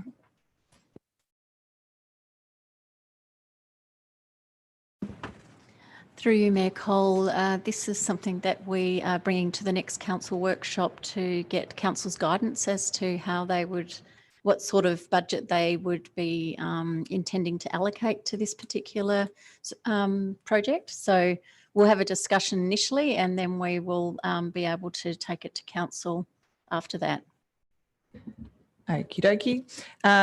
The Beatty Park Facilities Infrastructure Renewal.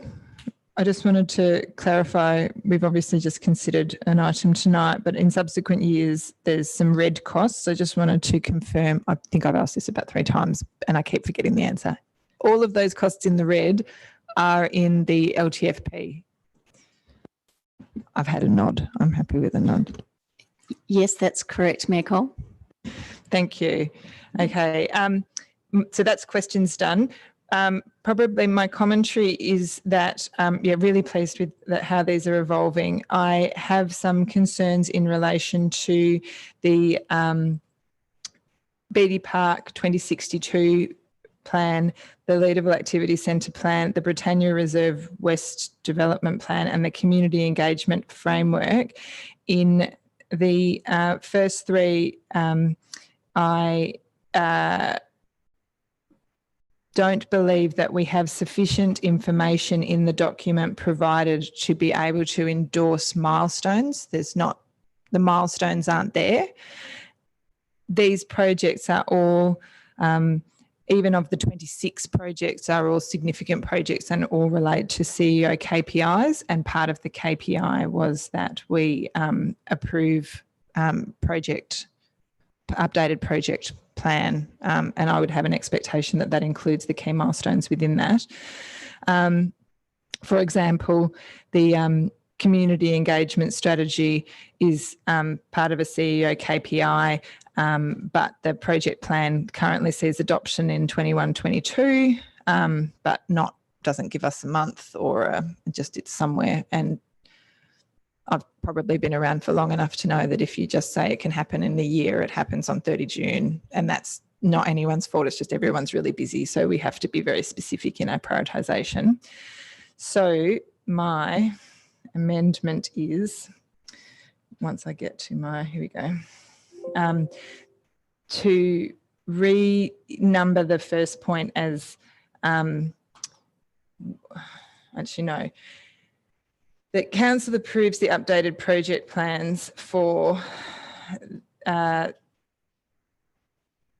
strategic projects in the corporate business plan as at attachment 1, with the exception of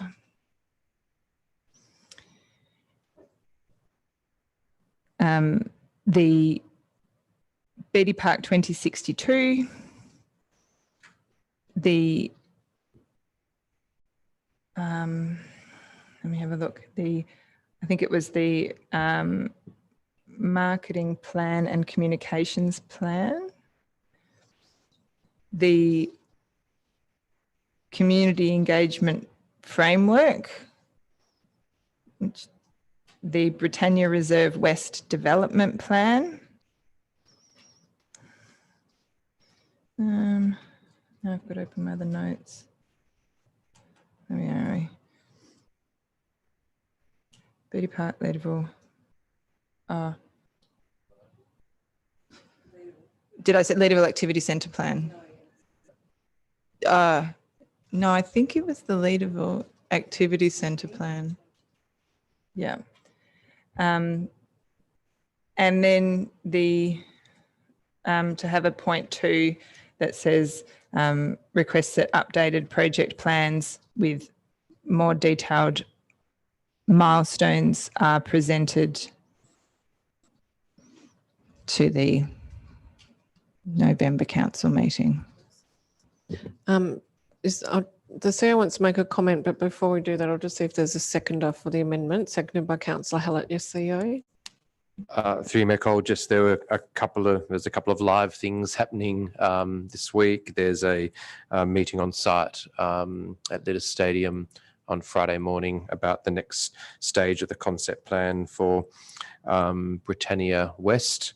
There's a steering committee meeting for Beatty Park 2062 tomorrow, I think tomorrow, which will then inform a council report to update on that project as well, which hopefully may, if it's not November, would be the December meeting. Where there's a council workshop next Tuesday where we're going to present an update council on the Leederville Activity Centre plan, the Leederville Place plan, and the Leederville Oval Master Plan. And I'd spoken to the Mayor about potentially scheduling another council workshop on the community engagement framework on Tuesday, November the 2nd. It was supposed to be our free Tuesday. We might have to talk because I don't know about you, but I was a bit excited. Anyway, sorry, CEO. But just a comment that we can provide that further detail. So council will see those touch points between now and that November meeting, and by then we can certainly provide the more detailed project plan and milestones. Thank you, CEO. So we have an amendment before us, which is to seek further detail on those particular projects on a page. Is there any commentary or debate? Look, I just will say I do fully support this because I have flagged this ones that I would also like to seek information on, and they align. And I just want to flag that the one on the The one in relation to the community engagement framework, I had flagged at the briefing that was outside, the final adoption was outside the financial year, and that was a KPI. And I think the KPIs would override the project plan, or they should definitely align, and that's still presented as it was last week. So yes, I do fully support this amendment. Councillor Hallett.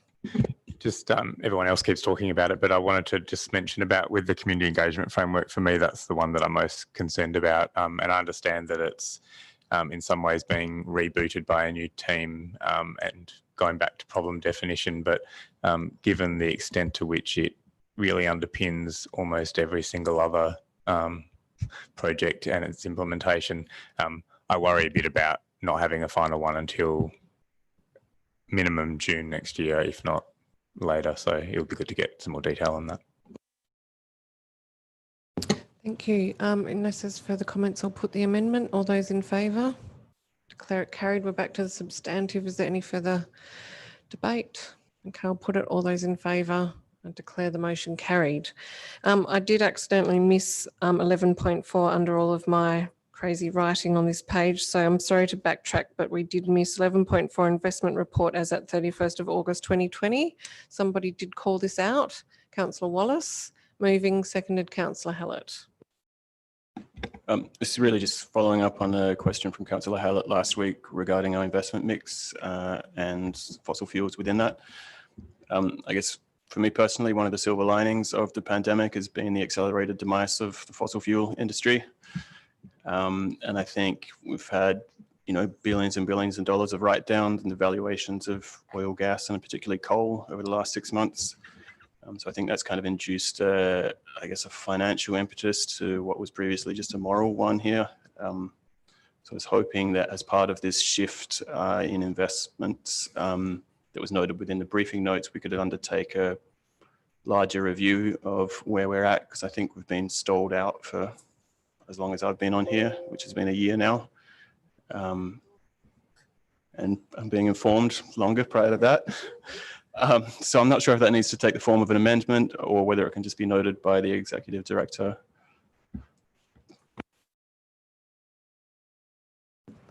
Through you, Mayor Cole, I take and note the comments. The investment policy is actually currently under review. So what I can do is bring that forward and we can use that as a mechanism for determining the best way forward. So I'll take that as a follow-up from here. Seconder has indicated no need to speak. Is there any further comments? Okay, I'll put it. All those in favour? That has been carried.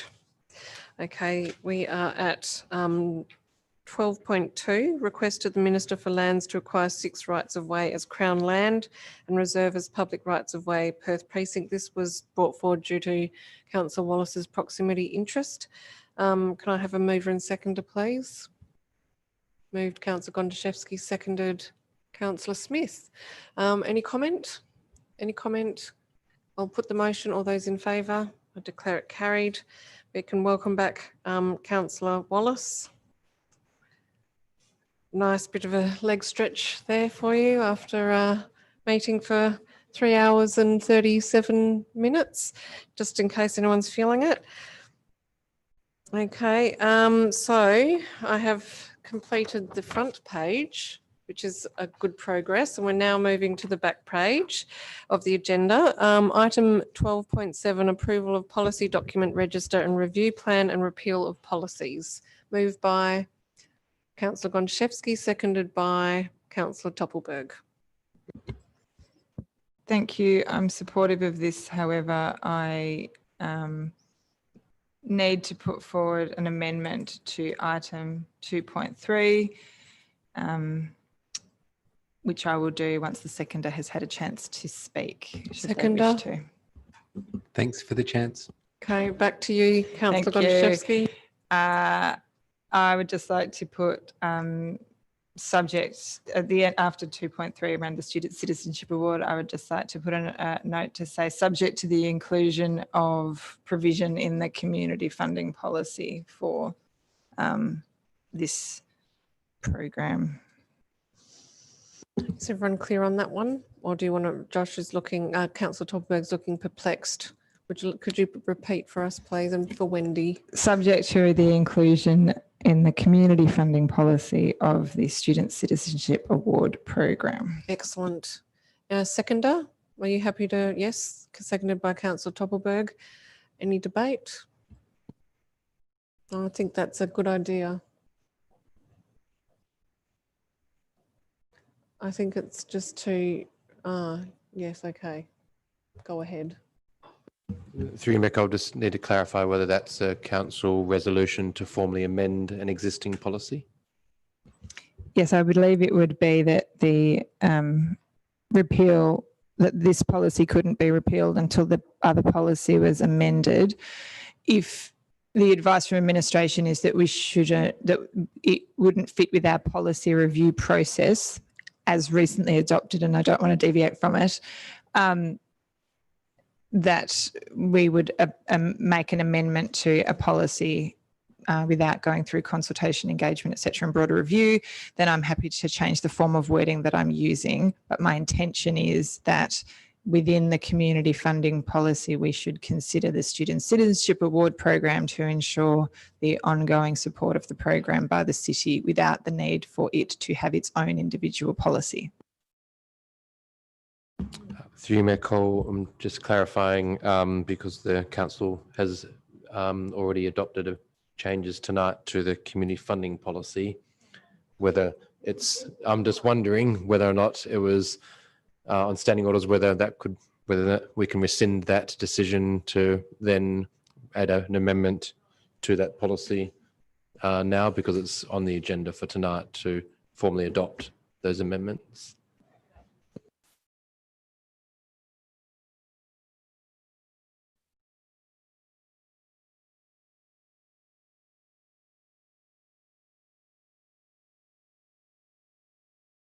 You can, you just need 3 people who are present for the decision to recommit it and sign. You have to sign the paper as well to say that that comes after. But.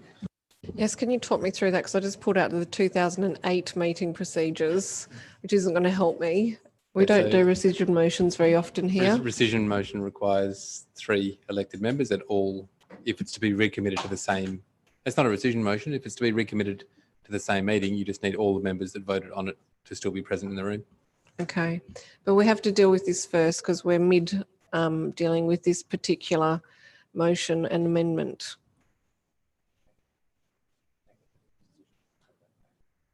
Sorry. Hang on, CEO is going to give some advice. Through you, Mayor Cole, the proposed rescission of 2.3, the Student Citizenship Award, was not time sensitive, and it might be easier just to remove 2.3 from the recommendation as proposed, and then we can come back to council to clarify how to ensure the appropriate process and funding's in place for these awards. I would be happy with that. Okay, we just have to vote down the current amendment if that is the course of action, because we are mid-amendment. So I'm going to put the amendment. All those in favour? All those against? I declare that carried. We're back to the substantive. Can I put forward an amendment to delete to 2.3 and renumber the remaining items in the list? Seconder, please. Councillor Topberg. Thank you. Any debate? Okay, I'll put it. All those in favour? It has gone. Is there any further debate on this item? Okay, I'll put the substantive motion. All those in favour? I declare it carried. Does anyone wish to consider a rescission motion? Are we trying to do that this evening? No, we're not going to do that. Okay, that's good, because at this time I'm not quite sure I'm sharp enough to get through that. Okay, item 12.8, appointment of a community member to the City of Vincent Audit Committee. I was thinking of Tamala Park. So appointment of a community member to the City of Vincent Audit Committee. We have had Councillor Castle and Councillor Smith that leave the room. Can I have a mover and seconder for this item, please? Move Councillor Fotakis, seconded Councillor Wallace. Just noting there is a confidential attachment. If anybody wishes to discuss items in the confidential attachment, we will have to go behind closed doors. Councillor Fotakis. Thank you, Mayor. I just wanted to get an understanding of the process used for advertising in this instance, whether there was any deviation or difference to the process that was previously used when we advertised for the members some time ago. Through you, Mayor Cole, we've advertised in the same methods as normal. So on our webpage, in the local papers, we've contacted business groups that we know might be interested. We've put it on social media. We did have it open for much longer than usual, actually. So I think it was almost 5 weeks in total. Previously, we've had it less than that. So we did try and engage with the community as much as possible to see if there's anyone interested. And through you, Mayor, just confirming that we only had the one applicant in this instance. Through you, Mayor Cole, yes, we only had one application that was submitted. Thank you. I just don't have anything to add, and I'm happy to endorse the recommended candidate. Thank you. Moved by Councillor Wallace, seconded by Councillor Wallace. Nothing. Anyone? Look, I'll just comment because I have got an impartiality interest in that the candidate is known to me, but I just do want to confirm that I have not been approached by the candidate to discuss the application at any point. And I note administration's recommendation that the calibre of the nominee is strong, having relevant and diverse experience and interest in governance and company management, and that administration believes the nominee will contribute positively to the effectiveness of the audit committee. So that's positive and happy to endorse administration's recommendation. Any further comments? Okay, I'll put it. All those in favour? Thank you. I declare that carried. Welcome back.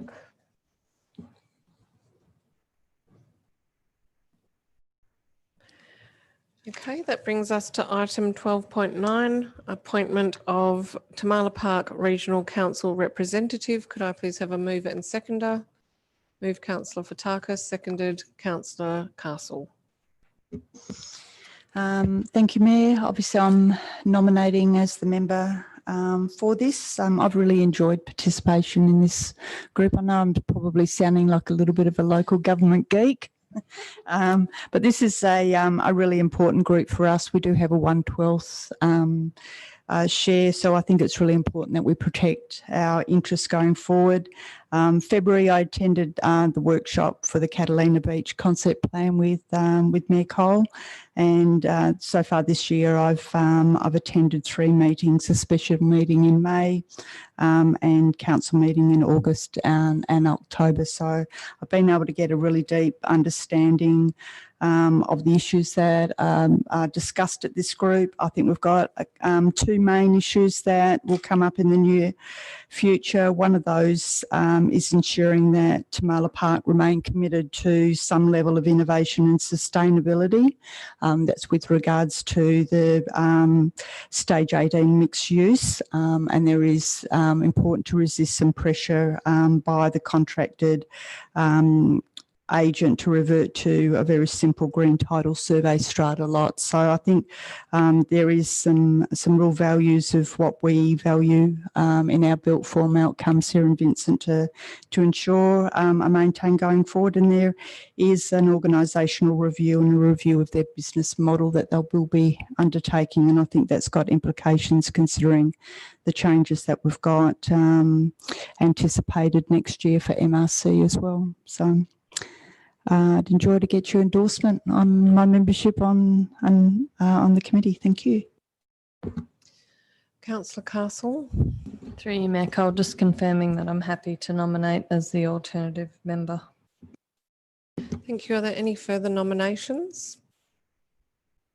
Okay, there are none. I would like to speak in favour of the appointments. I know it does sound like I'm a slacker when when Councillor Fataka says I haven't attended 3 meetings this year. I only don't attend when I have a clash, and I also have had a lot of, I don't even know how many MRC meetings this year. There have been so many special council meetings called, I've lost track, but it's become a very regular occurrence, and they both occur on Thursday evenings. So thank you so much, Councillor Fotakis, for stepping in. Councillor Fotakis has always been very thorough and comprehensive in her approach, and has always provided me with updates, seeks briefings from the CEO, and really has taken the opportunity to act as the alternate very seriously, and has provided valuable input. So very happy to endorse Councillor Fotakis, and I'd also like to say thank you, because everybody needs an alternate to back them up. So thank you very much, Councillor Castle, for stepping in. When you're driving out to Wanneroo late at night, wondering where on earth you are going, you may think back to this moment.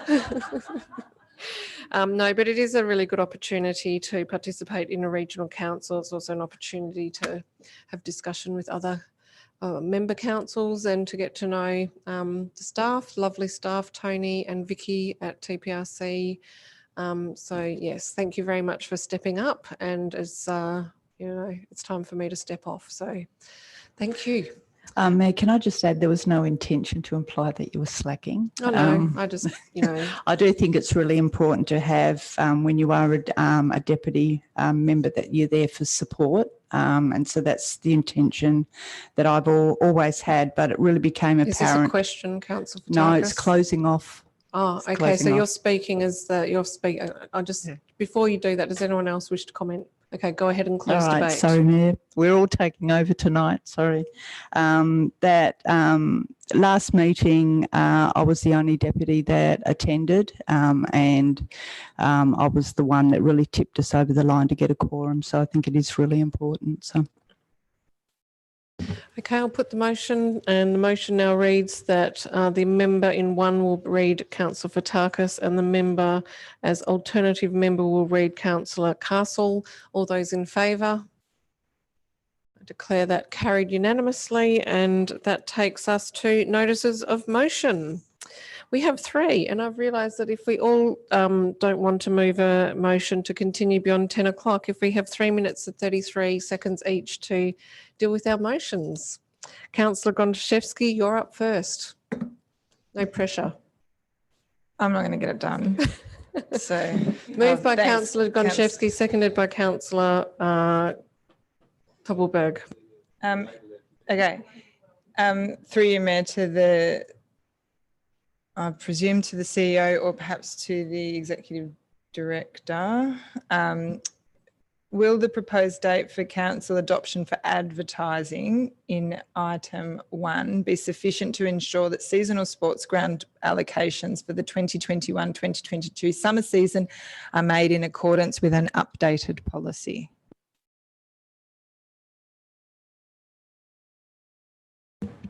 Through Mayor Cole, for summer next year. Through Mayor Cole, yes, and we can add weight to a draft policy that council's already endorsed in our criteria. If there was any delay in that final adoption in those couple of months, I can't recall off the top of my head when we open that the requests for allocations for summer, but I think it would be around about that time. Okay, thank you. How long has administration been working on the revision to the animal, or the creation of a new animal local law / the revision of the poultry law and the dog law?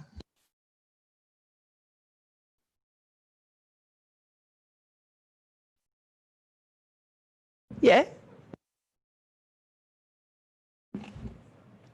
Sorry, can you please just repeat that question? Do you know what? I'm going to withdraw the question. We're too late. How does the city I'm sorry, I No, didn't mean to you're cause absolutely right. offence.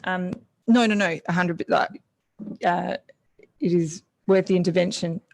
I think I'm at this point in time foreshadowing a potential deferral of my own notice of motion because I'm not satisfied with the response I've received from administration just in providing me that surety that I'm not going to create a administrative issue or an issue for the community, which would certainly not be my intent. How does the city currently designate its dog exercise areas? What does the designation say? And does this designation reflect the current use of the facilities by dog walkers for off-leash dog exercise during seasonal sports ground allocations?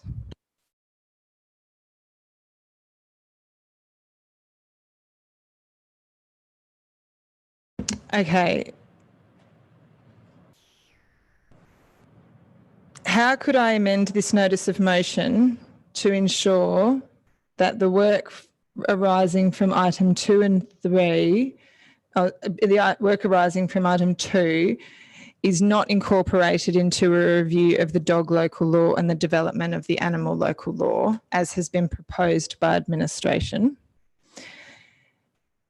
And do I need to be clearer that the intention of this notice of motion is so that our designations and our support captures existing practice rather than reviewing dog exercise areas more broadly?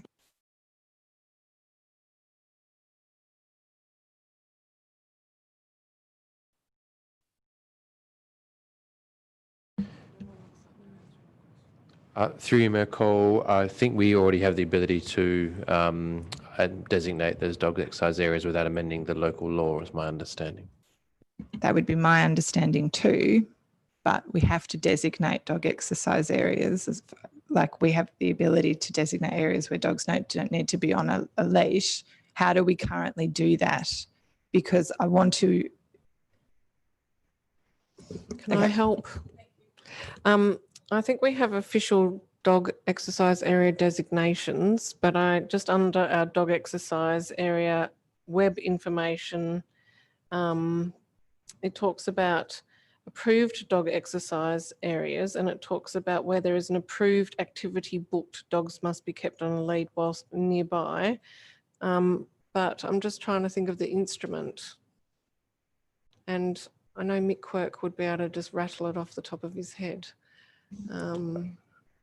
Through you, Mayor Cole, this council proposed notice of motion would certainly serve as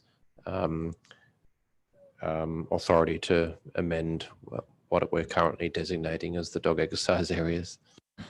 The response from administration indicates that they would undertake a review of the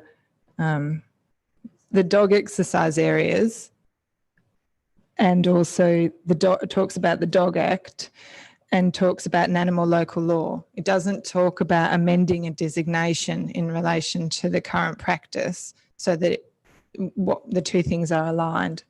Look, I actually don't believe this is time sensitive. I think that I don't believe that we're going to answer these questions tonight. So I'm going to just defer my own motion for next month to enable clarity in administration's response to be provided around the designation of dog exercise areas. If anyone would like to second that. Is it a local law? No, I've read the local law. Like if I could have found it, I would have referenced that in my notice of motion. Yep. Okay. So we have a deferral motion before us. Is there a seconder? Seconded by Councillor Castle. All those in favour? The nom has been deferred until we get more information on the relevant instrument. Thank you, Councillor Gontaszewski. So I'll move on to 13.2, notice of motion, Mayor Emma Cole, review of graffiti removal service in city-owned rights of way. Moved by, guess what? I'm allowed to. This is the only time I can move a motion when it's a notice of motion. Moved by me, seconded by Councillor Toppelberg. I think that we really need to clarify this situation, and we have an absolutely outstanding graffiti officer, Lenny, who works tirelessly. He goes above and beyond and has done an absolutely incredible job being a one-person show. It's quite phenomenal. But we've actually reached a point where I think we have had, where we really need to look at whether that's enough. I have actually gone back to the policy somewhere here, and the policy actually the policy is incredibly broad. So we've got the policy, and then we've got the graffiti removal service language on the website. But the policy, which was it says it was reviewed in November 2010, talks about the removal of graffiti on the city's government and private property. And the policy statement 1.2 says, wherever possible, carry out the removal of graffiti on city-owned and private property within 48 hours of being reported. So we have an incredibly broad policy which reads that the city will remove graffiti from the city, governments and private property. We're not doing that. And then we have the statement on the website which talks about the graffiti service that the city will remove graffiti from residential and commercial properties that is adjoining the city's infrastructure and accessible from public property as well as from the city's property.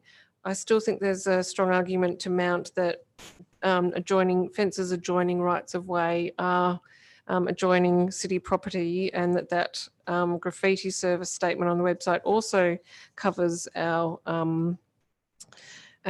need to remove graffiti on adjoining walls in laneways. So I do think that this means that we have an incredibly hardworking graffiti officer. We have obviously got demand exceeding the resources that we currently have. We have a very broad policy. We have a different statement on our website, and then we are saying that we're not removing graffiti where it adjoins rights of way unless it's visual from street frontages. So I think all of this needs a review. There's obviously going to be a cost associated, and I think graffiti removal is part of our core business, and if the need is there, we will need to look at additional resources. But I think we need to start by clarifying the policy, clarifying our positions in laneways. Do we need to have criteria to say that if your laneway is named, if your laneway has an emerging street frontage, if your laneway is accessed as a pathway or an access, walk through, what is the criteria? Obviously, I think we talked about the fact that there's 440 kilometres of laneways. Sorry, 44 kilometres. I've gotten totally over the top. It's just, I've got to keep factual here.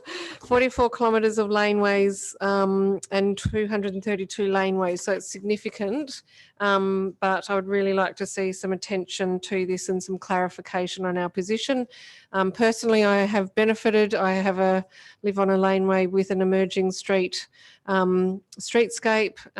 Approximately 3 years ago, Lenny removed graffiti from the laneway from adjoining walls in the laneway, and we've had a period where in that time graffiti hasn't returned, and it was made a big impact to the laneway. So I've always been an advocate for laneways, being a laneway dweller myself, and I think that if we let our laneways go, this is going to be an issue of sort of amenity and safety for our residents more broadly. So whilst I haven't referred to the policy itself, I think this is just broad, and it's talking about our graffiti removal service. Yes, I think time is up for me. I'll go to this. Thank you for that. Thank you for that reminder. Well called, Director. I'll go to the seconder. And I'll move a procedural motion for an extension of 4 minutes. Okay. We'll wrap this in one and I'll be done in less than 3, I reckon. There's a procedural motion before us to go beyond 10 o'clock. I have a mover, seconded by Councillor Hallett. All those in favour? Yes, I know. The only thing I wanted to note is that as part of proposed recommendation 3, looking at costs, one of the things that has changed significantly in the city is that as we experience more urban infill, and particularly in commercial areas, we've got a prevalence of, say, 3-storey buildings adjacent to single-storey, and it makes it easy for people to climb, but we don't allow our graffiti officer to climb. So there's lots of stuff at basically level 2 that's highly visible that we don't touch because we don't have the budget to go and pay an external contractor to do it. So I think that in that consideration, we should also be looking at the impost of highly visible, particularly in our town centres or on our main roads, but highly visible graffiti that's above ground level, and how we manage that as part of that cost consideration. So but otherwise, yeah, supportive of the intent Thank you. Any further comments? Okay, I'll put all those in favour. Declare it carried. Thank you. That takes us to item 13.3, notice of motion from Councillor Joshua Toppelberg, review of local planning policy number 7.5.2, signs and advertising. So Moved I by will move, but I will move with the final words being December 2021, not June 2021. Okay, December 2021. And can I have a seconder, please? Councillor Wallace. So I understand the officer's comments in relation to prioritisation. I think that if we've put this in the policy mix, if we need to play around with some other stuff, we can deal with that between now and later in the year. But I just think in relation to my reading of our signs and advertising policy is that we were quite clear in clause 3.3 that said that we would not, that billboards are not permitted in the City of Vincent, but because clause 5, and we've obviously had a recent develop an application which looked at the provisions under which we would consider varying the policy and sought to apply those to billboards. My understanding was that it was not to apply to billboards, it was to apply to general signage, for example, where somebody wished to have a sign that took up more than X percentage of their window space, and what would otherwise be an allowable sign. These were the guidelines for it. So happy to test with the community over time whether the view of council has expressed almost unanimously recently is that billboard signage is not appropriate in the City of Vincent, but until that has been tested in terms of the policy review, I think we need, as evidenced by the extreme expenditure of the applicant, and that there are potentially loopholes within the policy, and whilst they didn't choose to pursue it, this closes that potential gap and makes it clear. What is my understanding is that billboards are not permitted in the City of Vincent. Councillor Wallace. Councillors, having been through the SAT process with Councillor Toppelberg, I fully endorse this. I think it is timely. We have had a number of applications regarding billboards, and I think it's a good time to settle this. I think when applicants tell you how much they've spent on applications, I think as we can be as clear as possible that this is a reaffirmed position. It's not an out-of-date position. I think that's positive, and I think we could be a very different place in the future if we keep on with our position on billboards compared to other localities. Fully support it. Any further comments? Okay, I'll put it, all those in favour and declare it carried. So just in relation to the remaining items, questions on by members of which due notice has been given, nil. Representation on committees and public bodies, nil. Urgent business, I'm hoping there's nil. Thank you. No confidential items, 17 tonight. So I'd like to thank you all for what has been a long but very productive meeting with some significant items adopted this evening and bodies of work that have been going on for some time. So I'll declare the meeting closed at 10:04 p.m.